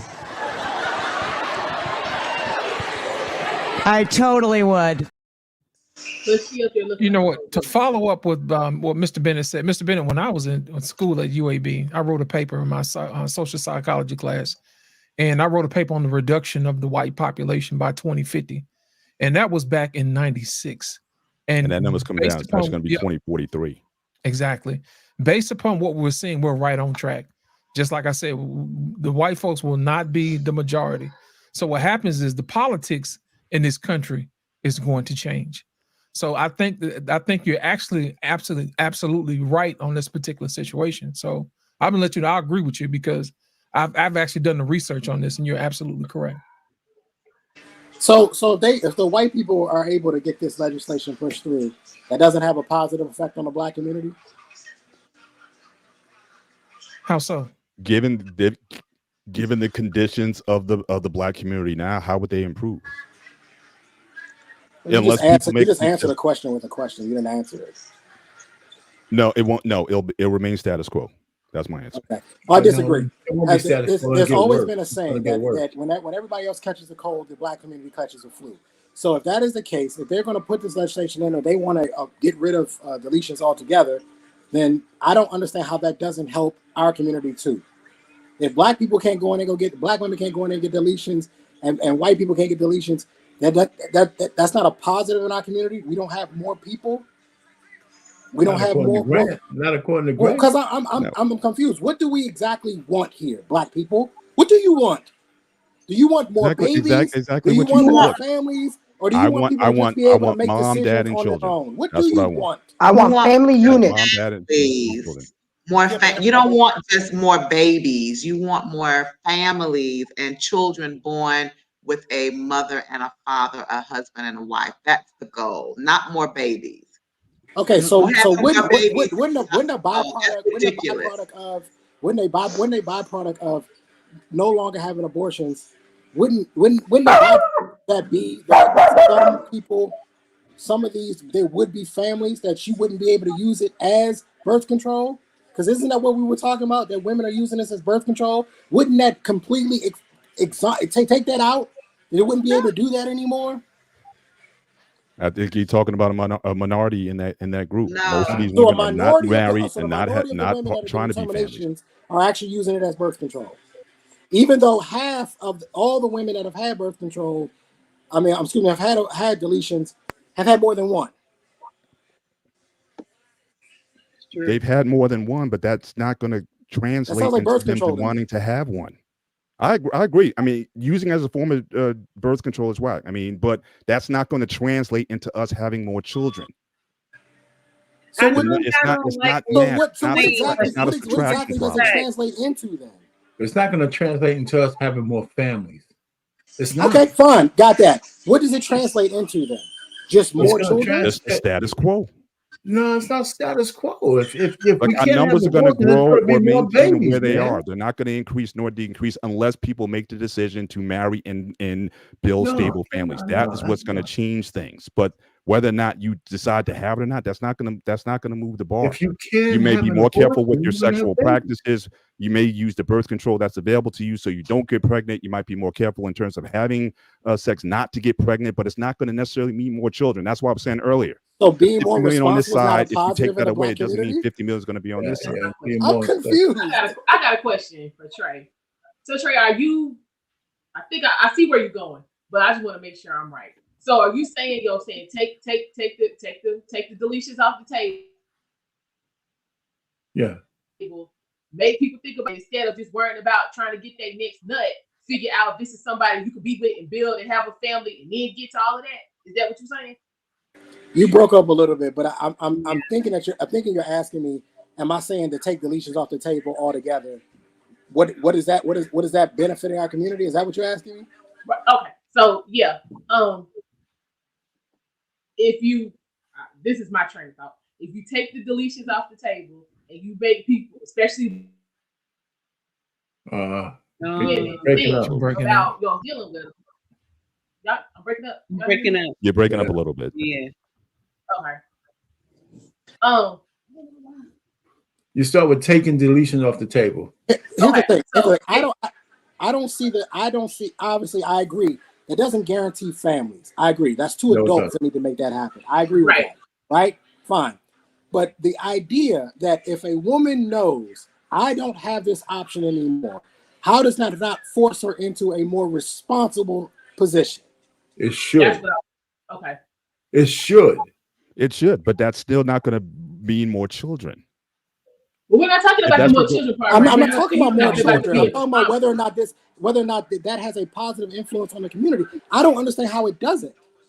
If people know you, if she knows she cannot, deletion is not an option. She can't do it at all, unless there's certain circumstances which we discussed earlier. How does that not force her into a more responsible position? Trey, let me help you out. I did some research on this, and our situation is not different from anybody else's situation. The only reason why it's relevant to us is because it's us.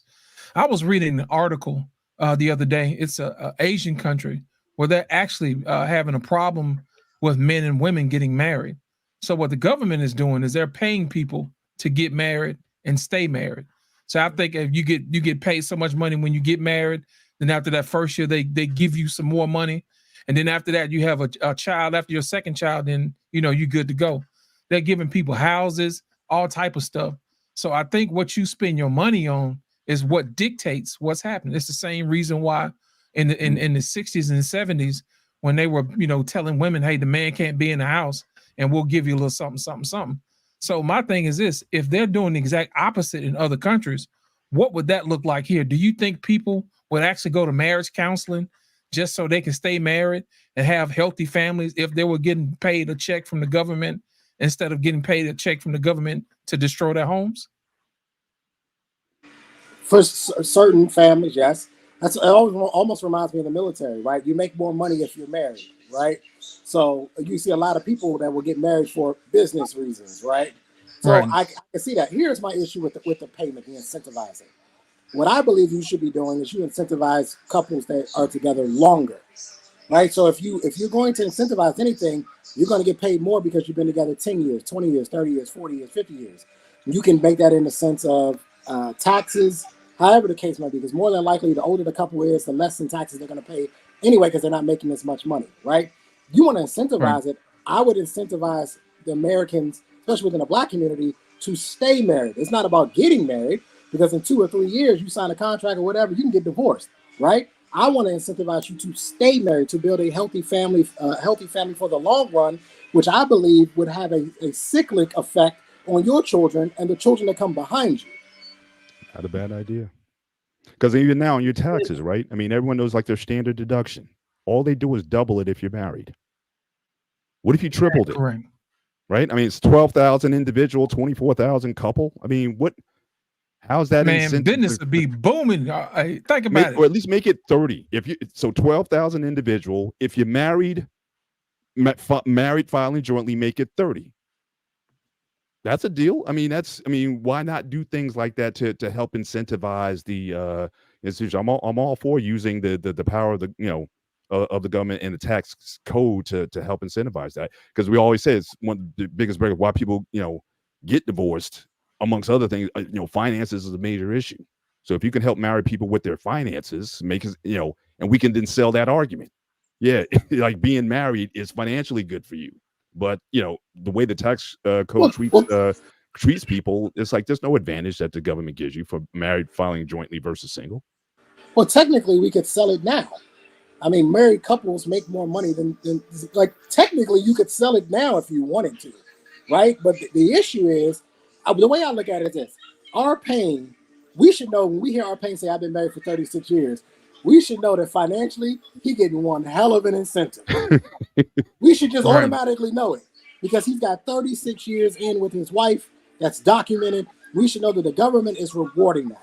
But I'm for whatever reason, I agree with you, Lost. They reward the opposite. Nope. They reward the opposite. And I think, me personally, the powers that be, that I think they do this because there's more money in keeping people single.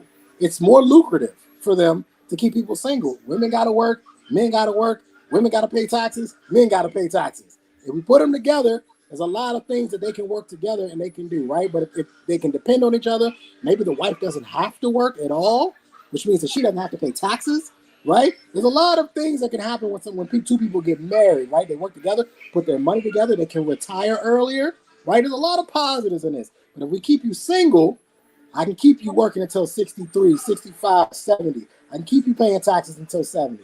So I think the government understands keeping people single is the best thing for the government, which is why they don't push keep people getting married. Well, can I get in real quick and say Come this? on, take heed. Come on. I just want to throw a wrench in there real quick. Trey, what you saying, sir? I know a lot of people they don't agree, but I'm rocking with you tonight. I don't know what's going on. I'm rocking with you tonight, sir. So I'm gonna share something with you. It's better to keep our community separated. You want to know why? Because the prisons stay full. Because if there's no king in the home to govern over the children, most of our children end up with zaddy. So that's the thing. So if there's no king in the home and mama is doing everything and she's running back and forth to work and there's nobody governing the children, who's governing the children? The streets are governing the children. So they wind up where? In Zaddy's prison. So Zaddy gonna continue to make money. So he cannot say to the black woman, it's better for you to be married. It's better for you to have a 2-parent home. See, he's gonna tell a black woman it's better for you to be single because you're gonna get about $8,000 with your taxes every year. Because we're gonna give you $3,000 for each child. It's better for you to be alone. It's better for you to get these food stamps and these Medicaid while you working. Okay? It's better for you to be alone because you're going to get more. But she's not understanding that these children are going to grow up and wind up with Zaddy in the prison. Most of our children who grew up in a single parent home, they have issues. People never want to talk about these issues. Even some of the ones who grow up in a 2-parent home, they got issues too.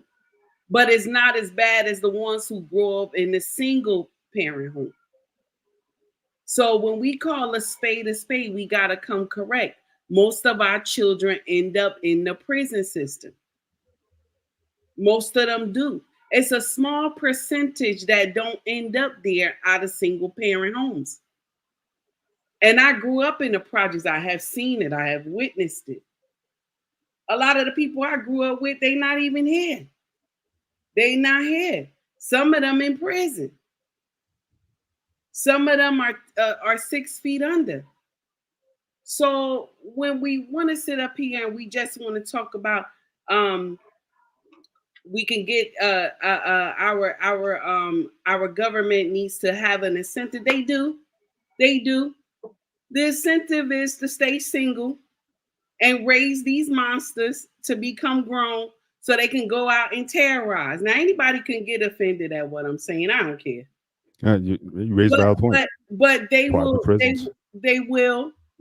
grow up and turn into monsters. And it's true. Without the father being there, most children are messed up.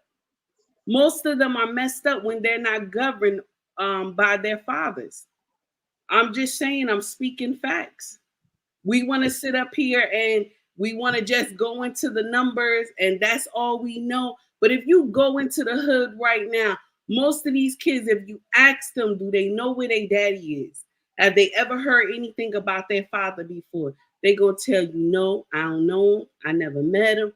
I don't give a F about him. My mama told me, and that's it. They only know the mama story. I'm just saying, we want to sit up here and we want to just say that other countries do it. Other countries do it because they done got hip to the game. They understand that it's better to have a 2-parent home than us. We understand to having a single home because it's better. We make more money with it. Now, at the time, the government is releasing $8,000 to $10,000 in income tax to these single parent homes. They releasing this money. But in the long run, the woman will pay in the end because most of the time these children end up in prison. I'm just saying, I have seen it in my own life. So anybody can get offended or shake their head or think not. It is what it is. Can I say something? Go ahead, Embrace. I just, let's go through the back door now. What if we make divorce harder? You know, what if we, because it's so easy to get divorced right now. What if we make it harder for people to get divorced? What if we have circumstances for, repercussions for adultery?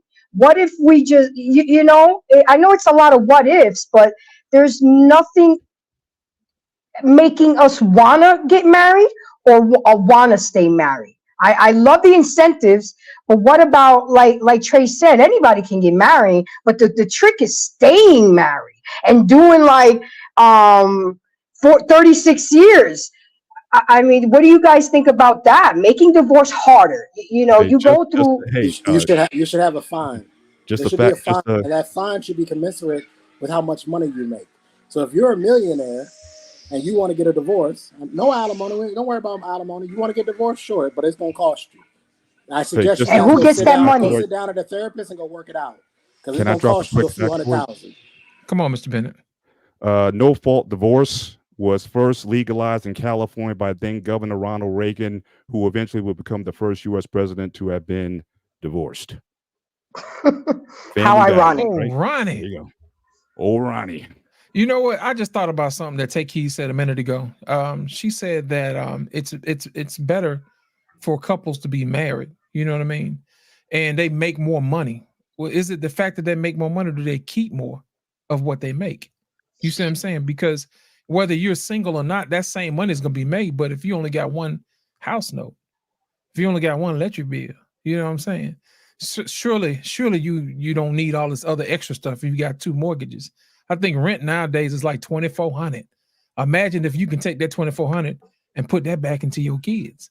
You know what I'm saying? Adverse poverty would literally basically disappear. You see what I'm saying? And I think a lot of people are making more money off us being divided.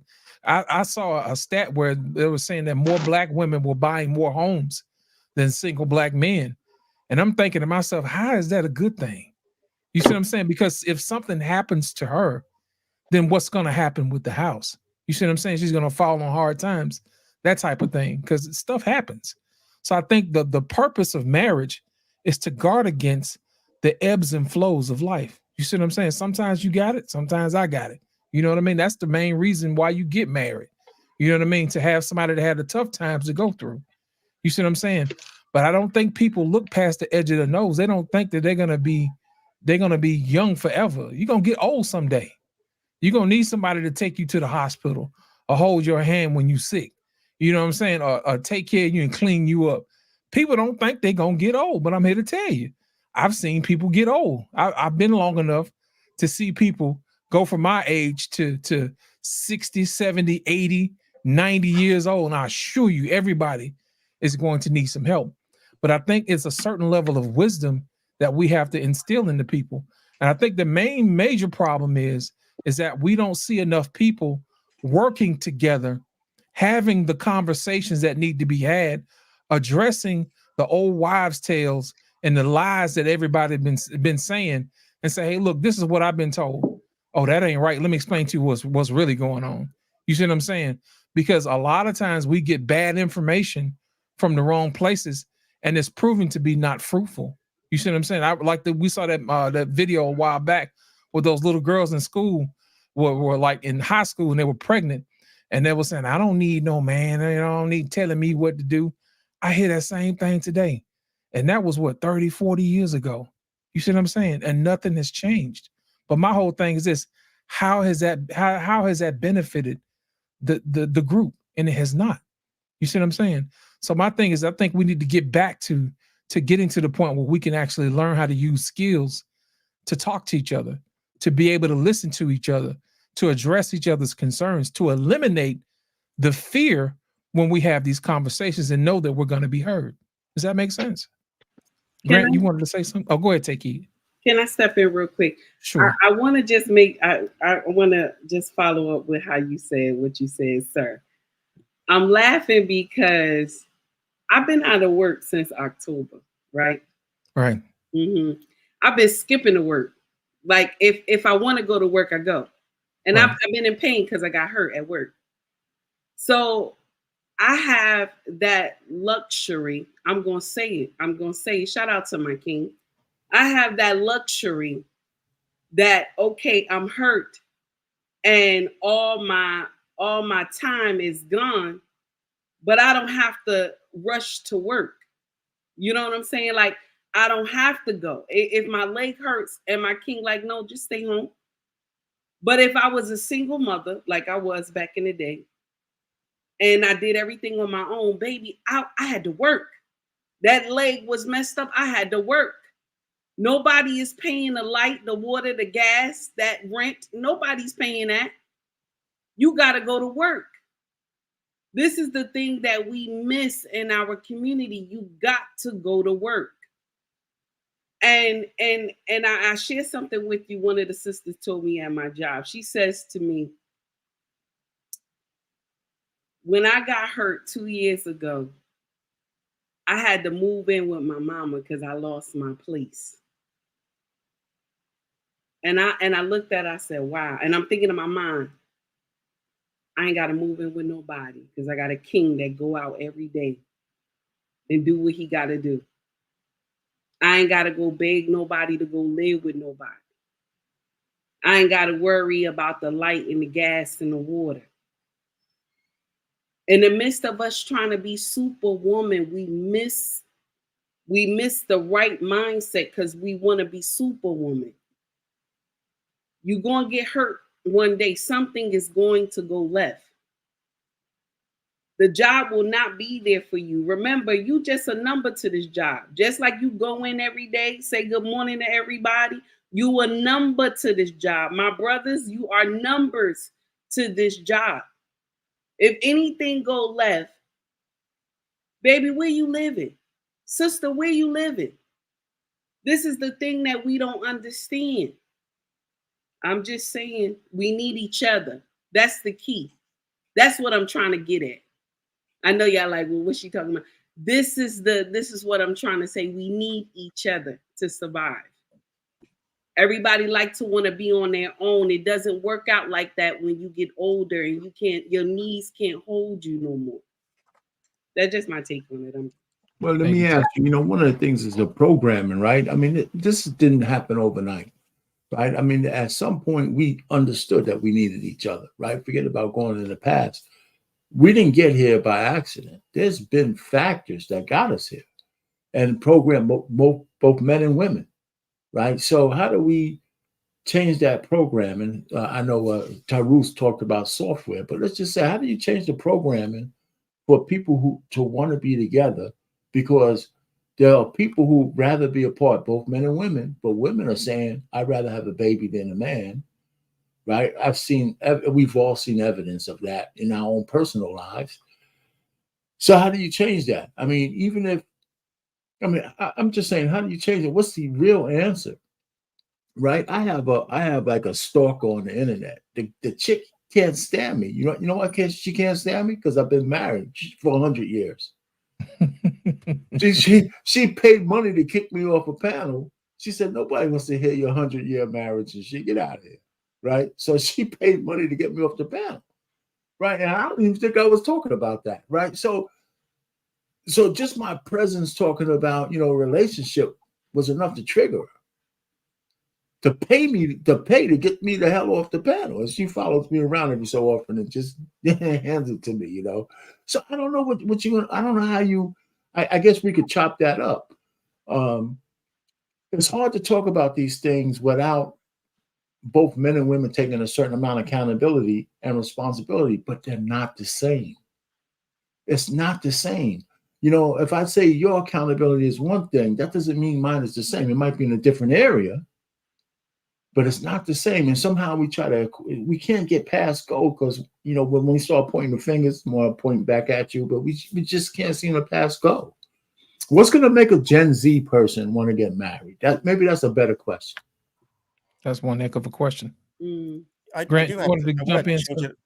Just the idea of saying making divorce harder. I mean, divorce is already harder than marriage, correct? Generally speaking.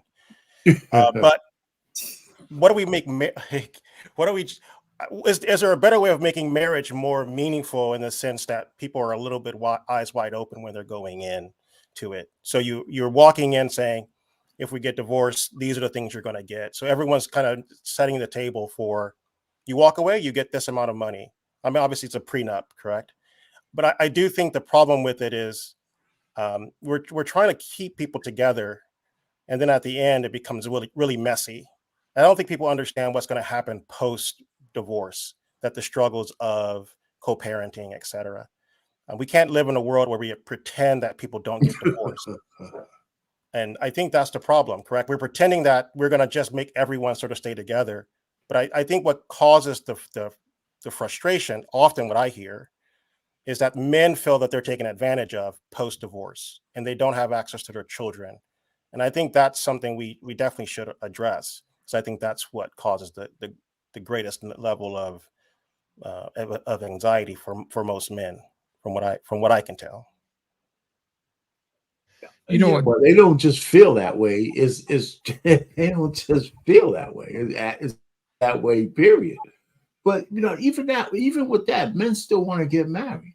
Most on these YouTube streets, we hear them that they can't find nobody to marry, which is another whole conversation, right? But it sounds like women are paying. I've been looking, can't find nobody. Well, you got to settle, Trey. Like the women, you got to settle. Trey said, if I'm paying, I ain't settling. Yeah, that's what I'm saying. But I think women don't. I think men want to get married more than women. Let me put it to you that way, because women have been filled up. Their programming is a lot stronger than ours, I think. because there's no shortage of women that think being married is like being a slave. You know, I mean, they say it all the time. I mean, you know, they say it so much that I think they actually believe that shit, right? You know, so it's easier to have a baby and drag a baby butt naked into Walmart than to have a man in your life.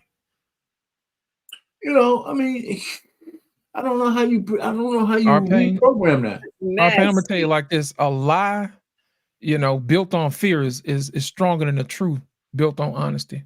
You know what I'm saying? If you can scare the hell out of somebody with a lie, they're gonna listen to that all day long because of self-preservation. I said this on my live earlier. I did a live called The Weight of Love. And the main premise of that is having the investment of time into a relationship. I think we're too busy, man. If you look at it, we're working every day, you know, life filled with kids in certain situations and circumstances. We're always going to these auxiliary organizations when we have downtime or whatever, where we're not really pouring into relationships like we used to. You know what I'm saying? I heard a long time ago, it says the proof of love is the investment of time. Where you put your time is where what you love. And I don't think we're making love a priority. I don't think we're making relationships a priority because we're not putting our time in it. Just the same way, if you decide you want to get a degree and you want to go to school or whatever, you'll make the time for that. But for some strange reason, when it comes down to relationships, we don't want to put in the time and effort because for some reason, we always think it's going to be better around the corner. It's going to be better just down the street. It's going to be better in the DMs. You know what I'm saying? We have this illusion of options when really you don't, because you're going to still have to put in time with that relationship, that new relationship you sneaking up on, your sneaky link, as what the kids call them these days, your sneaky link. You still got to put in time there. So why not put in the time with somebody who want to be there? You see what I'm saying? That's the whole situation.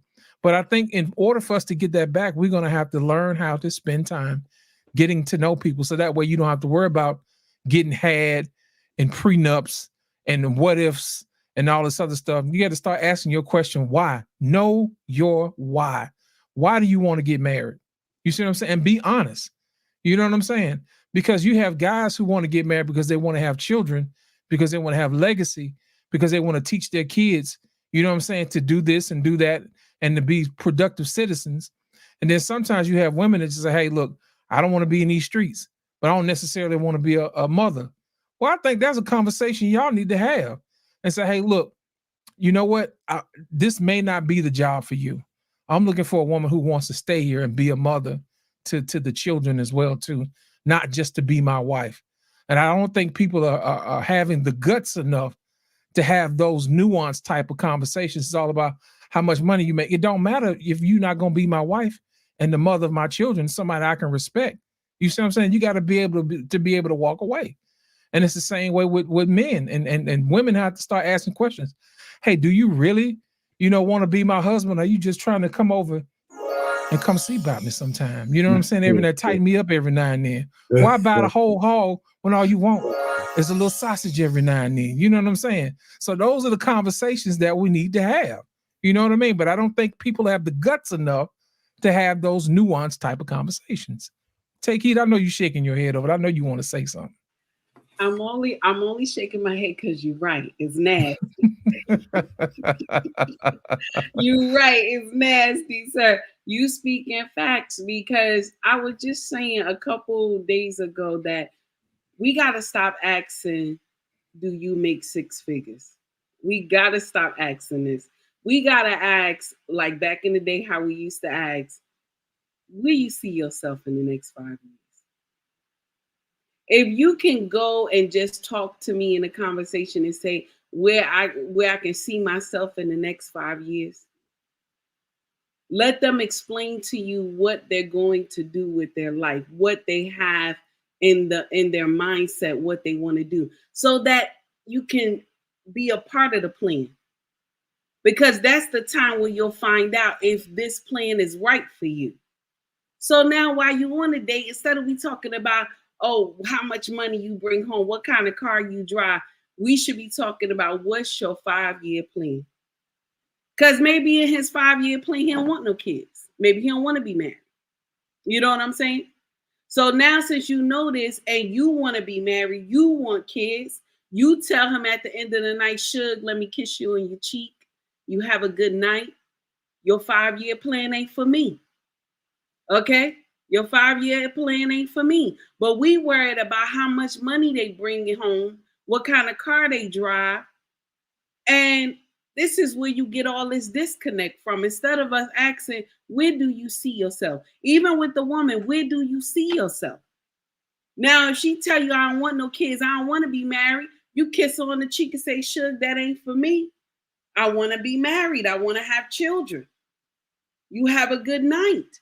But we worried about who making what and where you work at and what kind of car you drive. This is the disconnect right here.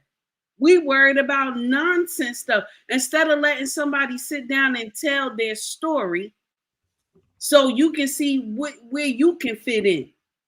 Okay, so he's saying he got a 5-year plan and he want to do this and do that. Okay, so in the 2 years, he's saying, well, by 2 years, I want to be married. So now you see, you can fit in the plan because you want to be married.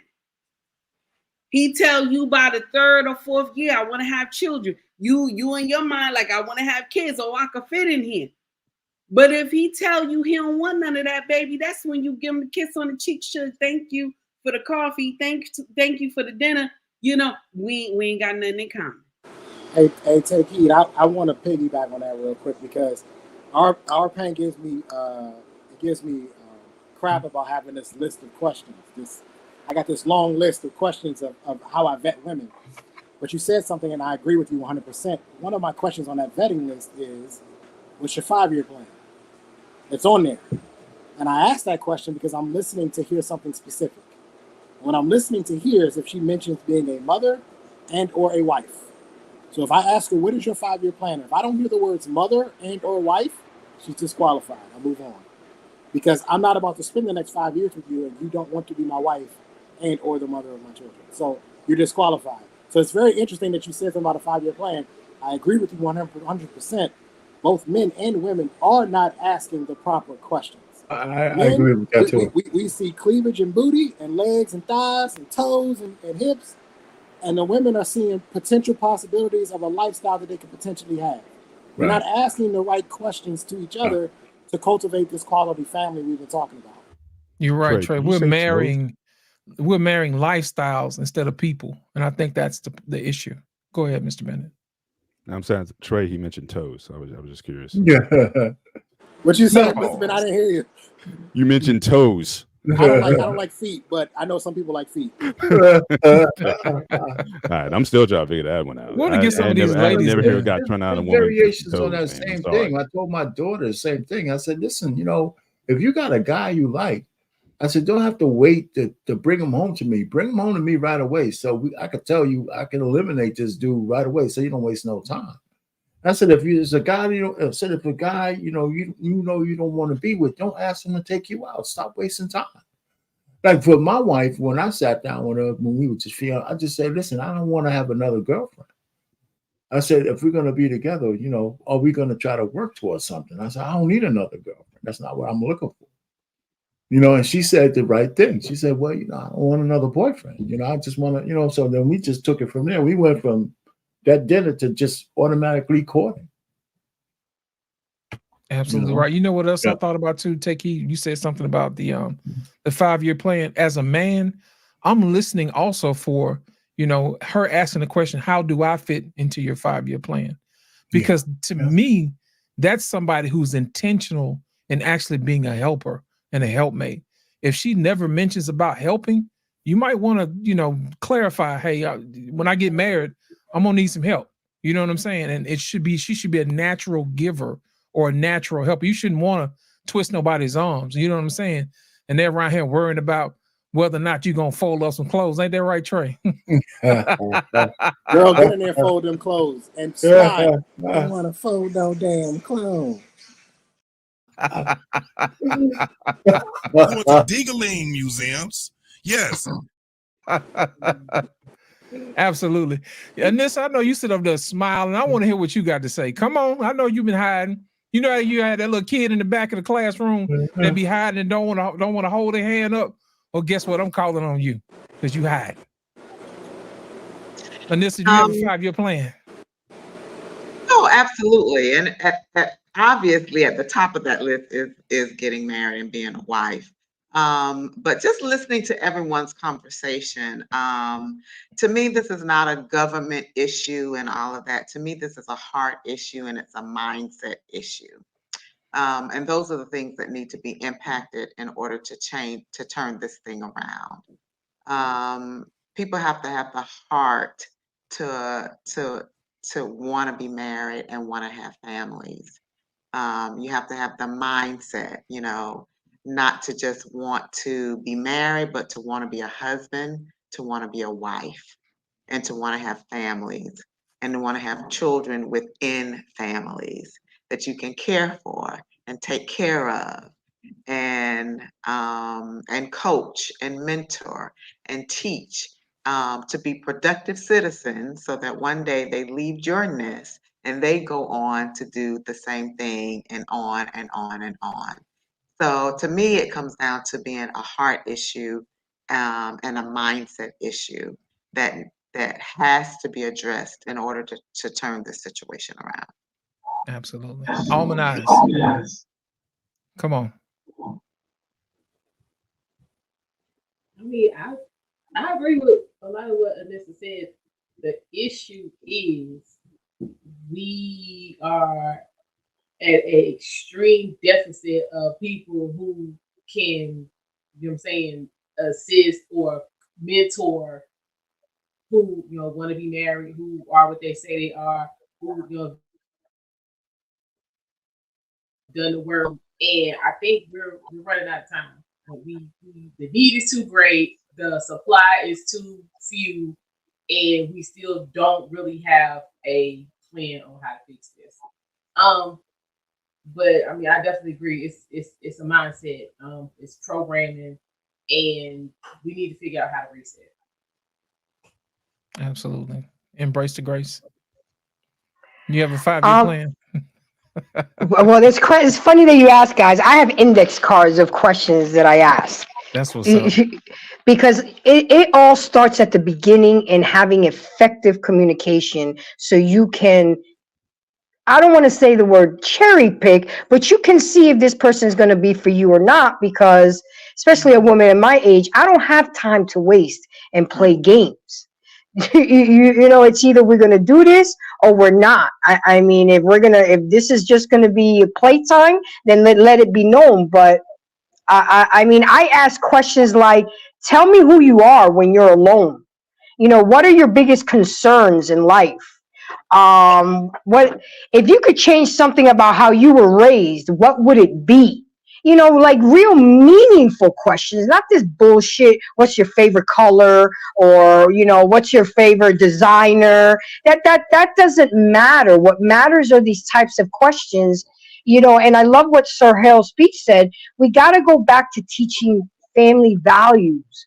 Do you guys remember when y'all were kids, the older ones, when the cousins used to come over with sleeping bags and have a sleepover, and your best friends was your cousins, was family? Our parents used to go on date night, leave us at home with the grandparents, and all the cousins make pizzas Sundays. These kids don't do that anymore. They don't know the value of unit.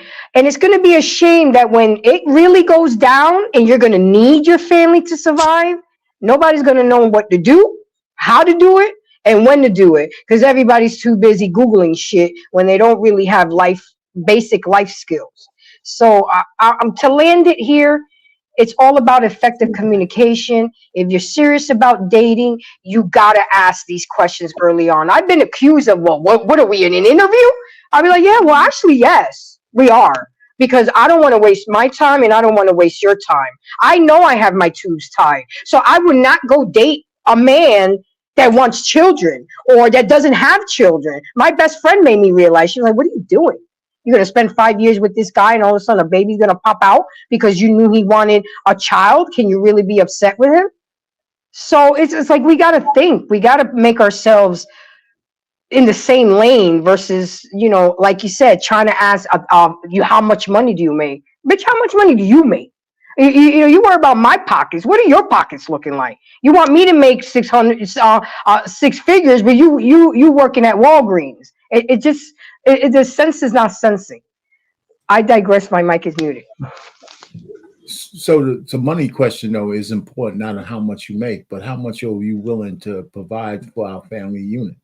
Absolutely. Are you a spender or are you a saver? How's your credit? You know, do you have an emergency $1,000 fund put away? You know, it doesn't matter how much you make, because you could be making 6 figures today and tomorrow you get laid off. Now you're in the unemployment line. Yeah, there's been some panels talking about let's try to transform the stupidity of 50-50 into like the one pot rule kind of situation. Whether it's one pot or not, a variation on that theme. Like if you're married and you're both working, there's no such thing as my money is my money and your money is your money. Exactly. You got to get away from that, you know? And I think that the men on the other side have to also kind of understand that if you have your wife out there toiling for 50 hours a week, that, you know, she can't just be the only person doing household duties. I mean, that goes without saying, you know? So, and that's a conversation though. I mean, this should never be a surprise. The money, how you're going to handle that, and who's going to take up chores in the house. I mean, there's so many ways to get over that little small. It's not even a hurdle. It's just a conversation. Hey, listen, Tuesday, Thursday, and Saturday, we spend a couple of hours together cleaning up the house. The office is yours. You clean that.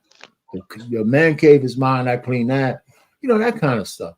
You know, if you don't like to wash dishes, mister, you know what? You make sure you take out the garbage, that kind of stuff. You know, these things are real simple. And the fact that they kind of break marriages is really stupid. I mean, I say, what the hell's going on with you people? You know, because there's not even supposed to be an argument, especially for men. I tell men this: got your wife out there toiling. You have to compromise on someone on your end as well. You know, and most people, both people working. And if you're lucky enough, woman, to have a guy who pays all the bills and you don't have to do that, you know, you're going to have to be a little bit more humble. It's just a natural thing. And humble doesn't mean like being a slave either. You know, so you just got to be able to say, listen, you know what? I'll take care of you because you're taking care of me. You know, play Beyonce's Cater to Him. Oh, women hate that record, man. You know, when they came out, you know, we catered to you and shit. Man, that was a great record. That's my theme song.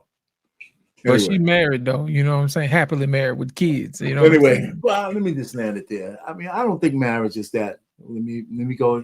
We don't have a bounty, do we? Let me just say this. I don't think marriage is that hard. You know, everybody else I can't stand when I hear people say how horrible marriage is. It's such a crazy thing, blah, blah, blah.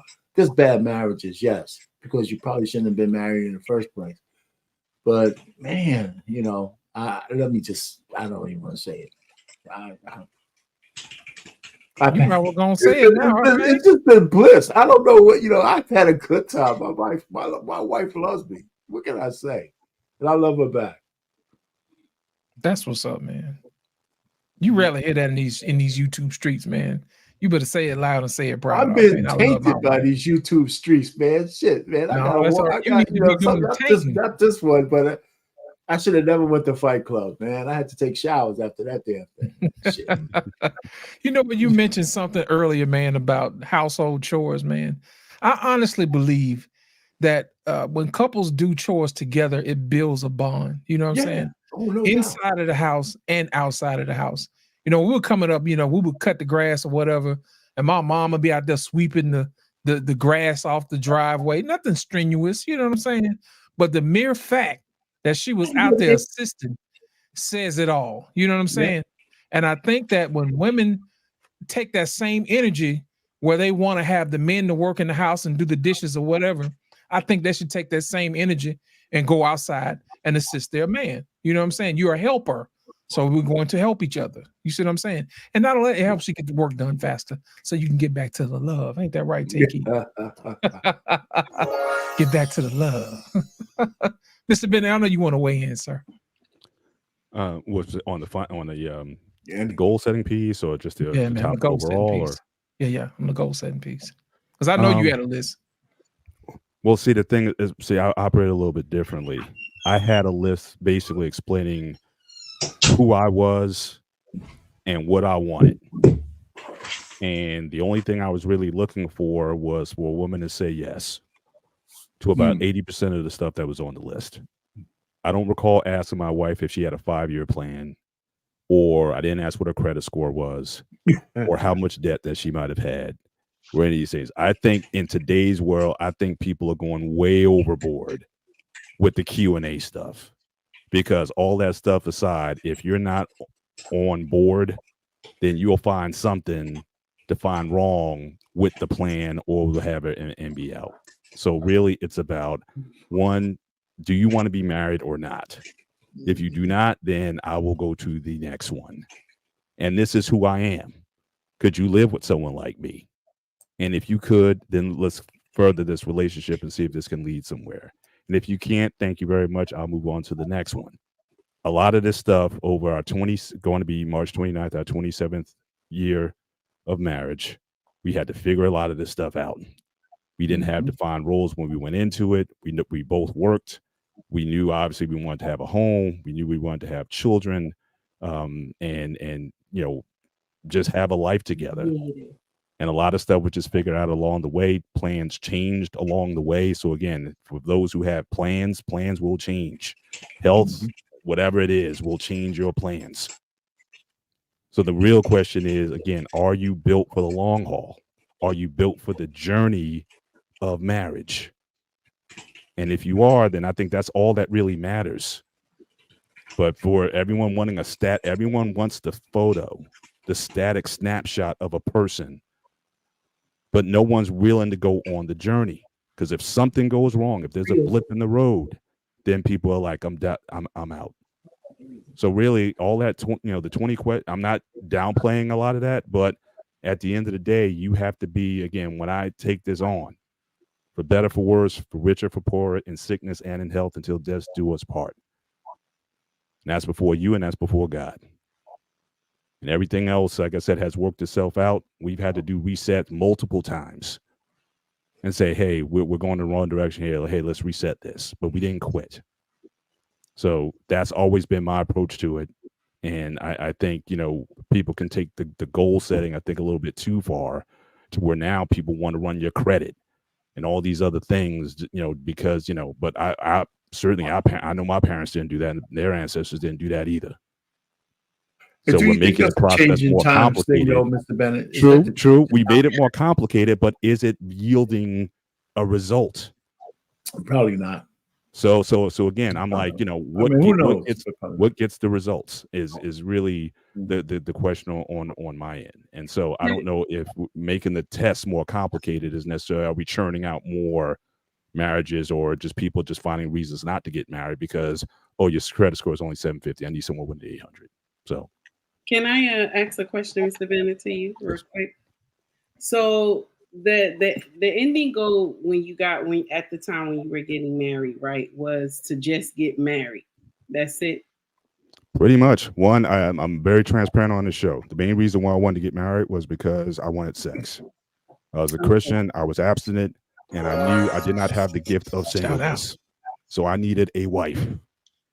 And so, but I understood that it's not just having a wife for sex. I need to be a husband. So then I had to ask, okay, what do I need to do in order to be a husband? And then I had to really define, that really took the time to really talk about who I was. Most of that document that I wrote, most of it was about me, because I had to flesh out, who I was, understanding that a woman's going to have to go along on this ride with me. So again, my temperament, my tone, my beliefs, my values, my expectations, all of that was sort of was laid out. And my wife, when she came around, she was like, "Oh, okay, I can get with most of this." So and then that's when we started our courtship. So technically, what you did is the same thing what the young people are talking about. They just asking questions. It's the same. It's just that you asked questions after you got married because you was ready to just get the honey pot. Yeah. Just waited to after. So technically, the young people are still right to ask the question, because it's better to ask the question before you jump into the honey pot and then you find out, well, damn, I don't have no legs. I can't swim. You know what I'm saying? That's it's one. still the same. It's That's still, one way to look at it. But at the same time, like but the credit score stuff down, I mean, it's a little wild. But the 5-year plan to ask a question, to let us know what's going on, I kid you not, and I'm not saying, I'm not saying that it's a good idea because I made it up. Hell no, I didn't. This is in the 80s when people used to ask you this question: what's your 5-year plan? Even bosses used to ask you, what's your 5-year plan? So I mean, it's just we want to get it out on the table instead of us waiting 3 to 4 years, and now we find out we've been dating this long. Oh, you didn't want any children? You know, oh, you don't want to get married? You know, you don't want to stay in Jersey? You want to live somewhere else? You know what I'm saying? You want to travel the world? So that's why I said we should ask these questions in the beginning. I agree. No question about it. Like I said, my document was to form the basis of the courtship. So certainly questions were definitely asked about, again, what we saw. Did we see a future together? But again, the intent was, this is for marriage. The intent was the honeypot. Yeah. Okay. But then at the same time, but again, a lot of people though, they ask so many. There's nothing wrong with asking questions, and I've always talked about this. There's difference between asking questions and questioning. When you ask questions, you're looking for clarity. When you're questioning, you're basically looking for an excuse. And I see a lot of people who could be married who are basically looking for excuses why not to be. But then when you're operating in fear base, you're basically looking for an out. And the slightest blip, the slightest, you might have had a bad day, the slightest or whatever, it's like, oh, that's a red flag for me. I'm out the situation. So I think all I'm saying is I think people can go a little bit too far with their criteria and understand that at some point you're going to have to get into this boat. And we're either going to row our oars together or we're not. But if you're waiting for the perfect situation, someone's got to check off 10 out of 10. Like I said, I was happy if someone met 80%. We worked through the rest. I wanted my wife or my dad. I actually wanted a short wife, right? I wanted someone like 5'2", 5'3", so she could. I'm 6'3", so she could look up at me. My wife is 5'11", and when she's in heels, she's basically eye to eye with me. So again, I didn't flip. That makes a better couple, man. So I didn't flip, but that's the thing. It wasn't so rigid that even if she said, "Oh, he wants a short one," but I'm gonna show him that I'm a little bit more than he's asking for, but I'm still gonna be the right one. That's that right. mattered to me. You know what I'm saying? So I'll outperform that.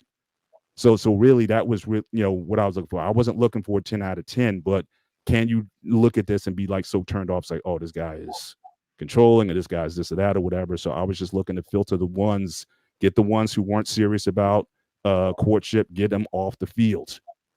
Out of 100, if I got 5 left, that's perfect. And then we can start the courtship. So really that's what you guys. I think you guys in nonviolent agreement. I think I'm just starting trouble with you because you just said that all in my mindset. I just wanted to get married, and I just wanted the honey. That was starting trouble with you. Right. But why I'm saying that is because that's what you said. So Absolutely. you still gotta ask these questions at the end of the day, just like you did. You knew in your mind you wanted the honeypot, you wanted to get married. Now that's good. That's good. You knew that. So now you had to go into more detail to find out if this woman wanted to be a wife, if she wanted to have children, if she wanted to follow your leadership. Absolutely. So it's the same thing that the young people are asking. They just going a little bit outside the box. But remember, these are YouTube talking points. Mm-hmm. These are YouTube talking points. They only talking like that because it's YouTube. Come on now. This is the truth. These young people, you ain't up here asking that woman that. You too busy looking at how fine she look. Let's get it right now. I like them legs, baby. Yeah, you only get that clarity after the fact. So no, but we should still ask the basic questions. It shouldn't just be a money thing. I believe that wholeheartedly, because somebody can have all the money that you want and they just want to screw you for the night. That's just my take on it. I'm done. Mr. Bennett, I'm only joking with you, sir. Love you. Hey, listen, you know what? I had fun when we were going through those courtship questions. I think that was pretty. We had fun doing that kind of stuff. You know, the revelations just kept coming. You know, so. I mean, but you're right. But I think both of you guys, this conversation y'all had was pretty good because I call it violent agreement.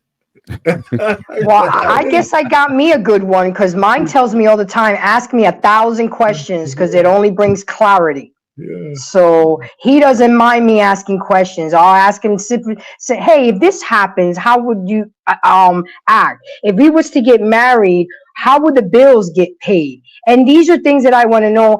I mean, if I'm about to embark into the journey with somebody, I want to make sure he knows how to drive. I want to make sure the car's reliable. I want to make sure he's got car shield. You know, I want to make sure. I get what you're saying, Mr. Bennett, but I have to ask these questions because at my stage in my life, I need to feel that he's the right person, and certain questions matter. How people react to things, how people spend their money. I can't build with somebody that has 350 credit and then I have 850 credit. Now everything is going to be in my name. Then you're going to walk around with resentment. You know, it's important to ask these questions, especially if you're looking to build with somebody. Like my guy said, hey, I need to get some tools. My boss said I need to get some tools. While he was talking and saying this, I zelled it to him. You know what I'm saying? Because he shouldn't have to need for nothing, because those tools are going to be an investment. He's a plumber's apprentice right now. Those tools are going to be an investment later, and that's a write-off for me, for my business. So it's things like that. He's done the same thing to me. I'm like, oh, you're doing a grace move. I was complaining about something, and by the time I heard a beep on the phone, boom. See, that's the type of things you need to learn about a person, not negative or positive, before you jump the broom, not afterwards, because it's too late sometimes, Mr. Bennett. You know, I get it, and I appreciate the fact that you were honest. I wanted to get married to get that honey pie. Everything else, we take care of that later. But that's the honesty that men need to have in women, so things can go smoother. When people try to have a smoke screen and BS you and then wonder why you're looking, you know, stuck like Chuck, I love the fact that you were honest. And I love the fact that your wife, okay, you get the honey pot. You know, I'm tall, you know, I'm not short like you wanted, but you're going to get this honey pot. And it all worked out. You know what, a question I've never heard. You gotta, in addition to asking the questions, you got to verify the answers because people tell you anything. Nowadays, now people want reports. And then 5 years down the road, the situation comes up, and their response is nothing like what they told you 5 years ago. Now you like the switching bait. You got to verify. Like, I need the invoice, and I need to see. Right, so I'm saying people ordering, they want the credit report. They want all of that. Yeah. You know what, Mr. All of that, Mr. Bennett. Criminal background. I want all of that. You know what question I've never been asked, Mr. Bennett? You know what question I've never been asked? I've never had a woman to ask me, so you want to be married, right? And you're going to give up all your money, all of this other stuff to take care of me. Why? You get to think about it. You're a single man. You don't have any children. You've never been married before. You know what I'm saying? You get to keep all of your money right now and be happy. Why is it that you want to give all that up to marry me? Nobody, not one person in my 51 years of living has asked me that question. Well, you know, you're 51? I could posit a guess. Because it don't matter. Because if she marries you, she knows half of it is hers. That's why. But my thing is this though. Nobody has ever asked that. No. Think about it. Men generally give up a lot of stuff to be married. No doubt. But no woman has ever asked, why would you give that up for me? But I gotta put that on my list. Is that the magic question for you, Loss? Is that if a woman does ask you that question, you seeing somebody and she brings that question up, is that all right, this might be the one? Man. Is that? Yeah, you know why? Why? Because she wants to know where she fits in this. Why is it that she's the one. I've always tell people I want to be married, but I want to be married to a specific person. You ever been in a conversation with somebody and all I say, I just want to marry, I don't want to be married. When you listen to it, it's as if anybody could fill that space. Yeah. You see what I'm You saying? know you're saying this over the public airways. That's what I'm saying. You just you got to give away the cheat code, so you're gonna get all these ladies in your DMs. Somebody need to give somebody the cheat code, man. You can say anything. Somebody, because think about it. The alternate to this is what other men are saying. You know, on these YouTube streets. What's in it for men? Right. I just did it a different way. Right. You see what I'm saying? Yeah. Because once you think about it, basically, when you get married, you pretty much give up a lot of stuff. All the golfing, No, you know, don't give all up the a lot. You going give to up the football everything. game, Cigar bars. cigar Now, bars. I'll You know say what I'm this. saying? Now, Late again, nights. You give up what all you the- negotiate, hey, though. all But your you give little up. You give up lady everything. friends See, but on I the was, side. yeah, but see, You know even what I'm in my saying? You give up all of that.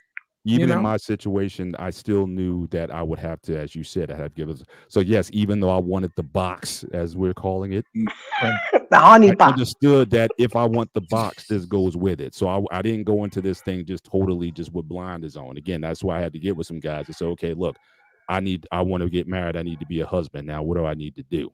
So again, I didn't go into this thing blindly, just figuring it out. I knew that there was something I'd had to give with it as well. Clement said, he said, Lit, you looking for a unicorn. You're looking for a unicorn. There you Let me go. explain something to you, I Clement. don't know. I Check sure those as hell, DMs tomorrow when this. listen, I sure as hell don't want no jackass. Ooh. I'd rather wait on my unicorn than to go out here and just grab we have any old these ladies jackass. here. Since we have the ladies here, I do have a question though. Can I say One of the something things real that quick, I though? you know, that I like to tell ladies is that they shouldn't waste time on a guy because you don't have the time to waste. And it depends. If you're 23 and you spend 5 years with a guy and it doesn't go anywhere, you're still 28. But that dynamics is completely different if you start at 28 and now you're 33. And a lot of women don't understand that it doesn't take men forever to decide whether they want to choose you or not. So, I mean, within 6 months. you know, how do y'all juggle that, and how do y'all tell younger ladies, saying, "Listen, this guy's wasting your time"? Well, here's the Because thing. I Let me don't know ask what you the this. time frame is. Maybe Let 6 me months. ask you 2 this. years. Sometimes we have to ask the ladies, are you wasting his time? Because there are far more women. Mr. Bennett, before you go to that, far more women before wasting you men's go to time. that, because it's a different circumstance, because men Right. have more time than women do in terms of the biological clock. So your time could be wasted, but you're taking biological time away from a woman if you're just stringing her along for 5 years and you don't marry her, even though you're supposed to be getting to that point. And then when you find what you really want, you jump off. I know. Let me give you a real world example, right? And this is, I hate to use it, stars and shit, but Drea Michelle, looking at her Kelsey go from her to Taylor Swift, even though that's all fancy, it still bothers her. Even though they were broken up for a year, they spent 5 years together. I think she was in her 20s when they started. She's in her 30s now, and she thought she might have been it. And then he left her, and then he went to the stick figure a year later. But you could tell based on what she says, she's still bothered by it, because that was a lot of time invested. And for a woman, that's a lot of 5 years is a lot of biological time. Can I be honest with you? You know why she was mad? Why? Because she didn't get her allowance of $3,700 a month. Real talk. I'm trying not to be. That's why I didn't want to use the example. No. But that's it. I'm saying, But but we call that other things though, because men do. No, Both that's men do not waste it. women's time. But That's okay, not let's it. go with yours. That's called the sunk cost fallacy. She gave up her quote unquote time, but I would say she was compensated for the amount of money that he paid her.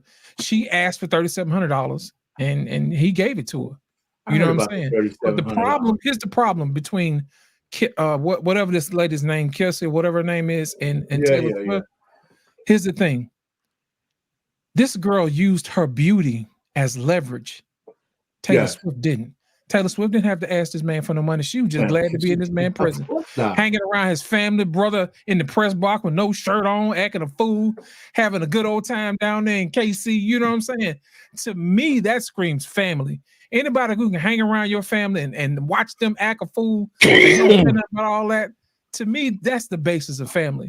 Yeah, but I don't want you to miss my point. It's not, I was just using that as an example. Oh, but I know. The woman herself, she might have bought her own thing, but still 5 years is 5 years. Here's the thing, Arpay. A lot of our women are taught to use their beauty as leverage instead of actually doing something for their husband. If it's biblical, you're supposed to be a helper and a helpmate. That means you're supposed to do something.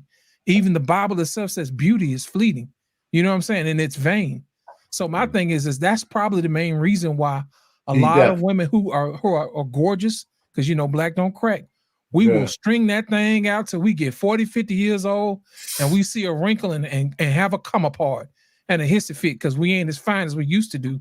And we can't lean on what we've been leaning on to get what we want to get. Instead of learning how to be of service to your husband, you know what I'm saying? Learning to be a good wife, learning to speak life into your marriage. You know what I'm saying? Those are the things that men really want.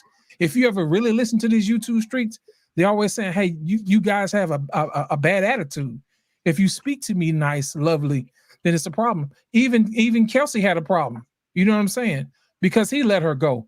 But Taylor Swift still hanging around. Even if it wasn't Taylor Swift, it could have been a regular old, white girl. Saying. I just use that as an example. So you're saying glad to be there.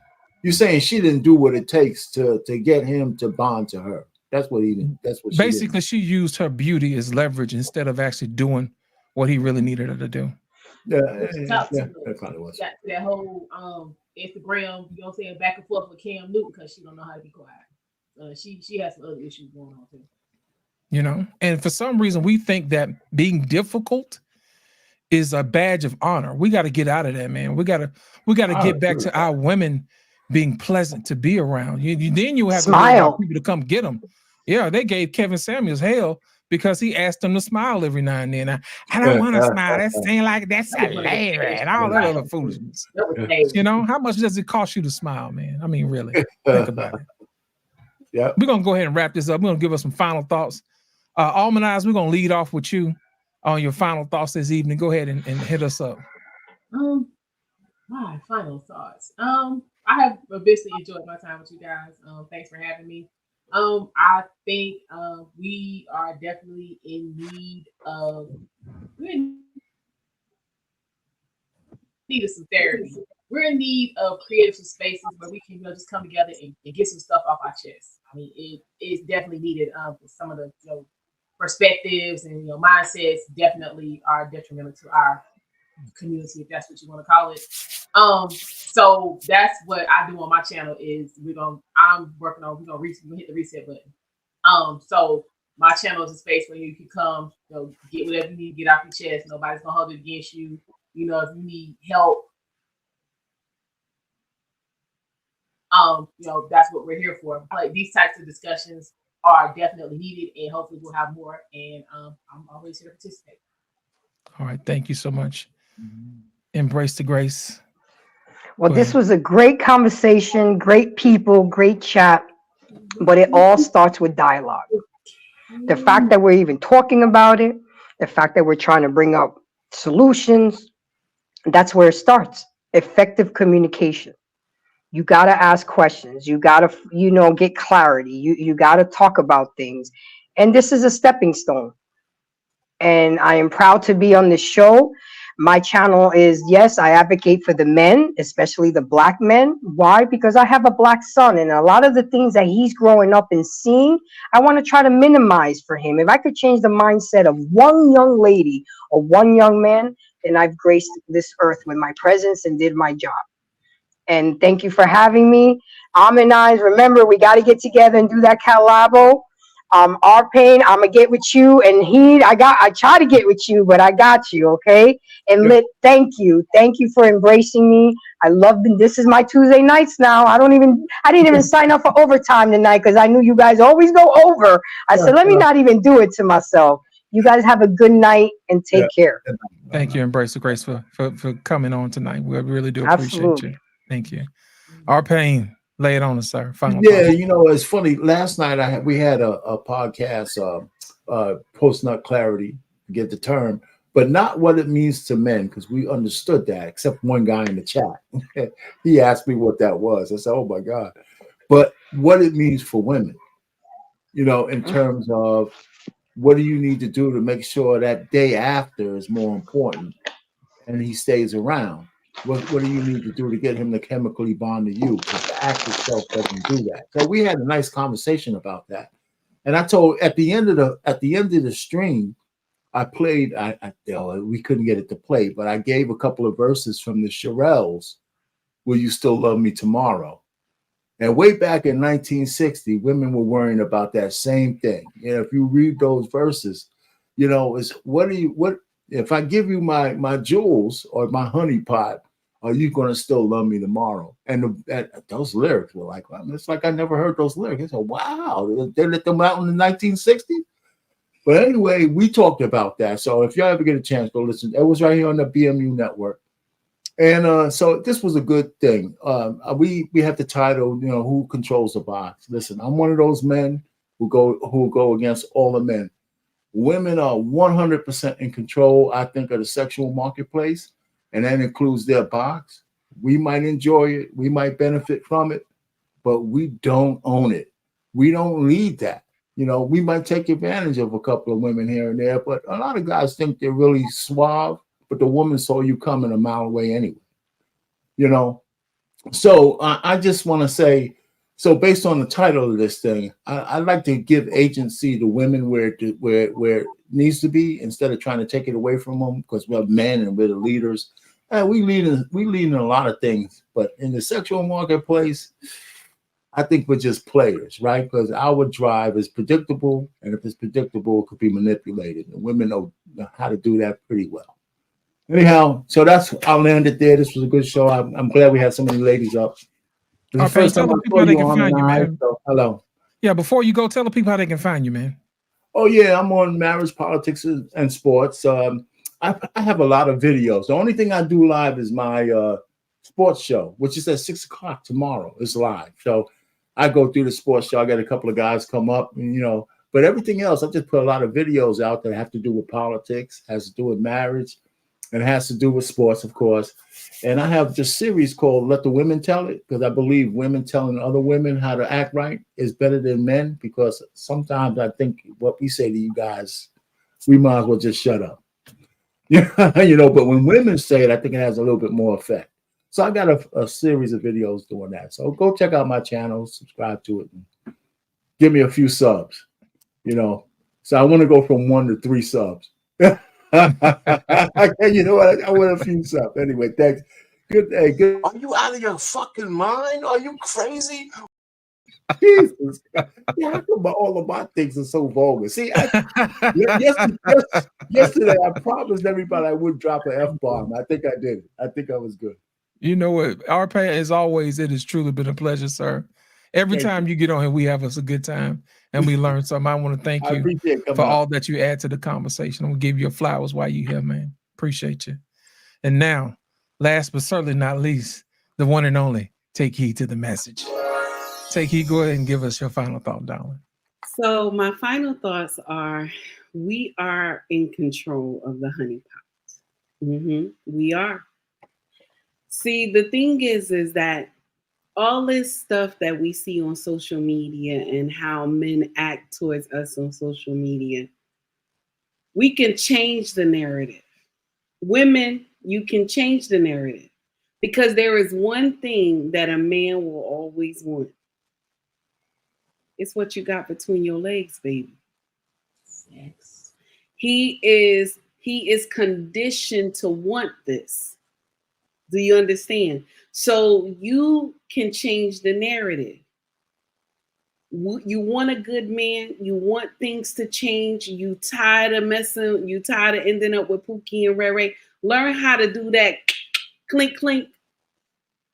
You'll do better with that if you learn how to do that. Clink, clink, and be patient. But we so hell bent on swinging from the chandelier, you barely notice, man. And then when things go left, you want to know why.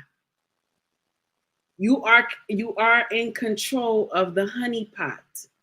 You're in control of that. But JJ, baby, I know people want to sit up here and tell you nonsense. Well, he did this and he did that for me, but you still lay down there and spread your legs. You still in control of it. If you tell him, if you go up there and lay on that bed and spread your legs, and you don't say to him, put on a condom, he's not going to put on a condom. Because he want that thing raw, like every man do. I'm no shot at the brothers, but I don't blame you. I mean, because I go raw all the time, but I don't blame you. You know what I'm saying? I'm not mad at you, but I'm just saying, my sisters, if you don't make the conditions that he put on a condom, he's not gonna want to put on a condom. Shout out to Mr. Goodbread, because that's what he said today. If you don't make me, I'm not going to. You in control of the honey pot, and he's right. Y'all take heed to the message. Thank you for tuning in with us tonight on Black Man Unfiltered, Talk That Talk Tuesday. You can always see me here running my mouth on Tuesday. And occasionally on Friday, before the brothers start at the barbershop on Fridays, I'm supposed to come in and do my little 2-minute step. Sometimes I've been missing it, y'all. I'm sorry. I've been hooked up in that bedroom with my king sometimes. I miss that time. And you can find me at Take Heed to the Message on YouTube. I'm always running my mouth 24/7. Come and chime in with me. And that's it. Everybody have a good night. Thank you, Take Heed. Appreciate you for allowing us to spend time with you one more time. You know what? Tonight's message was a very important message because we want to make sure that we have a little bit of responsibility over our own actions and over our own bodies. You know, as far as controlling the box, ladies, like our pain said, you got control. You know what I mean? Don't look at it as if this is the only chance you'll get to have sex. You know what I mean? If you just decide you want to be with somebody just to be with somebody, you're doing yourself a disservice if you don't hold out for the right person, for the right reasons. You know what I'm saying? Your outcomes would be better if you exercise a little patience. The fella's gonna be there. Please believe that. But my thing is this: you're not gonna be able to elevate them where they need to be to have them to have access to you. It's a win-win situation for everybody. It's a win-win situation for you because you're gonna get somebody who's gonna be there for you when you need him to be. And it's a win-win situation for him is because he's gonna have to be the best version of himself, which would ultimately help you as well too. So my thing is exercise a little caution. You know what I mean? Make sure that you have proper precautions in place and make sure that you take care of yourself. And also we want to make sure that we have the conversations that we really need to have. I always say that you need to know your why. Know why you're getting married. Know why you want to be a wife. Know why you want to be a husband and have those particular conversations. Ladies and gentlemen, you can catch me on Sundays and Mondays and Tuesdays, you know, on my channel from time to time, also on Black Man Unfiltered on Tuesdays, and also on the barbershop here on the Black Man Unfiltered Network. I want to thank everybody for coming out to Talk That Talk Tuesday. And ladies and gentlemen, I want to make sure that you guys make sure you hit the like button. If you support the channel, make sure you hit the Cash App and make sure that you show your love. You know what I mean? Without your support, there's nothing that we couldn't do. Ladies and gentlemen, I want to thank you guys for coming out, and thank you. Good evening and good night.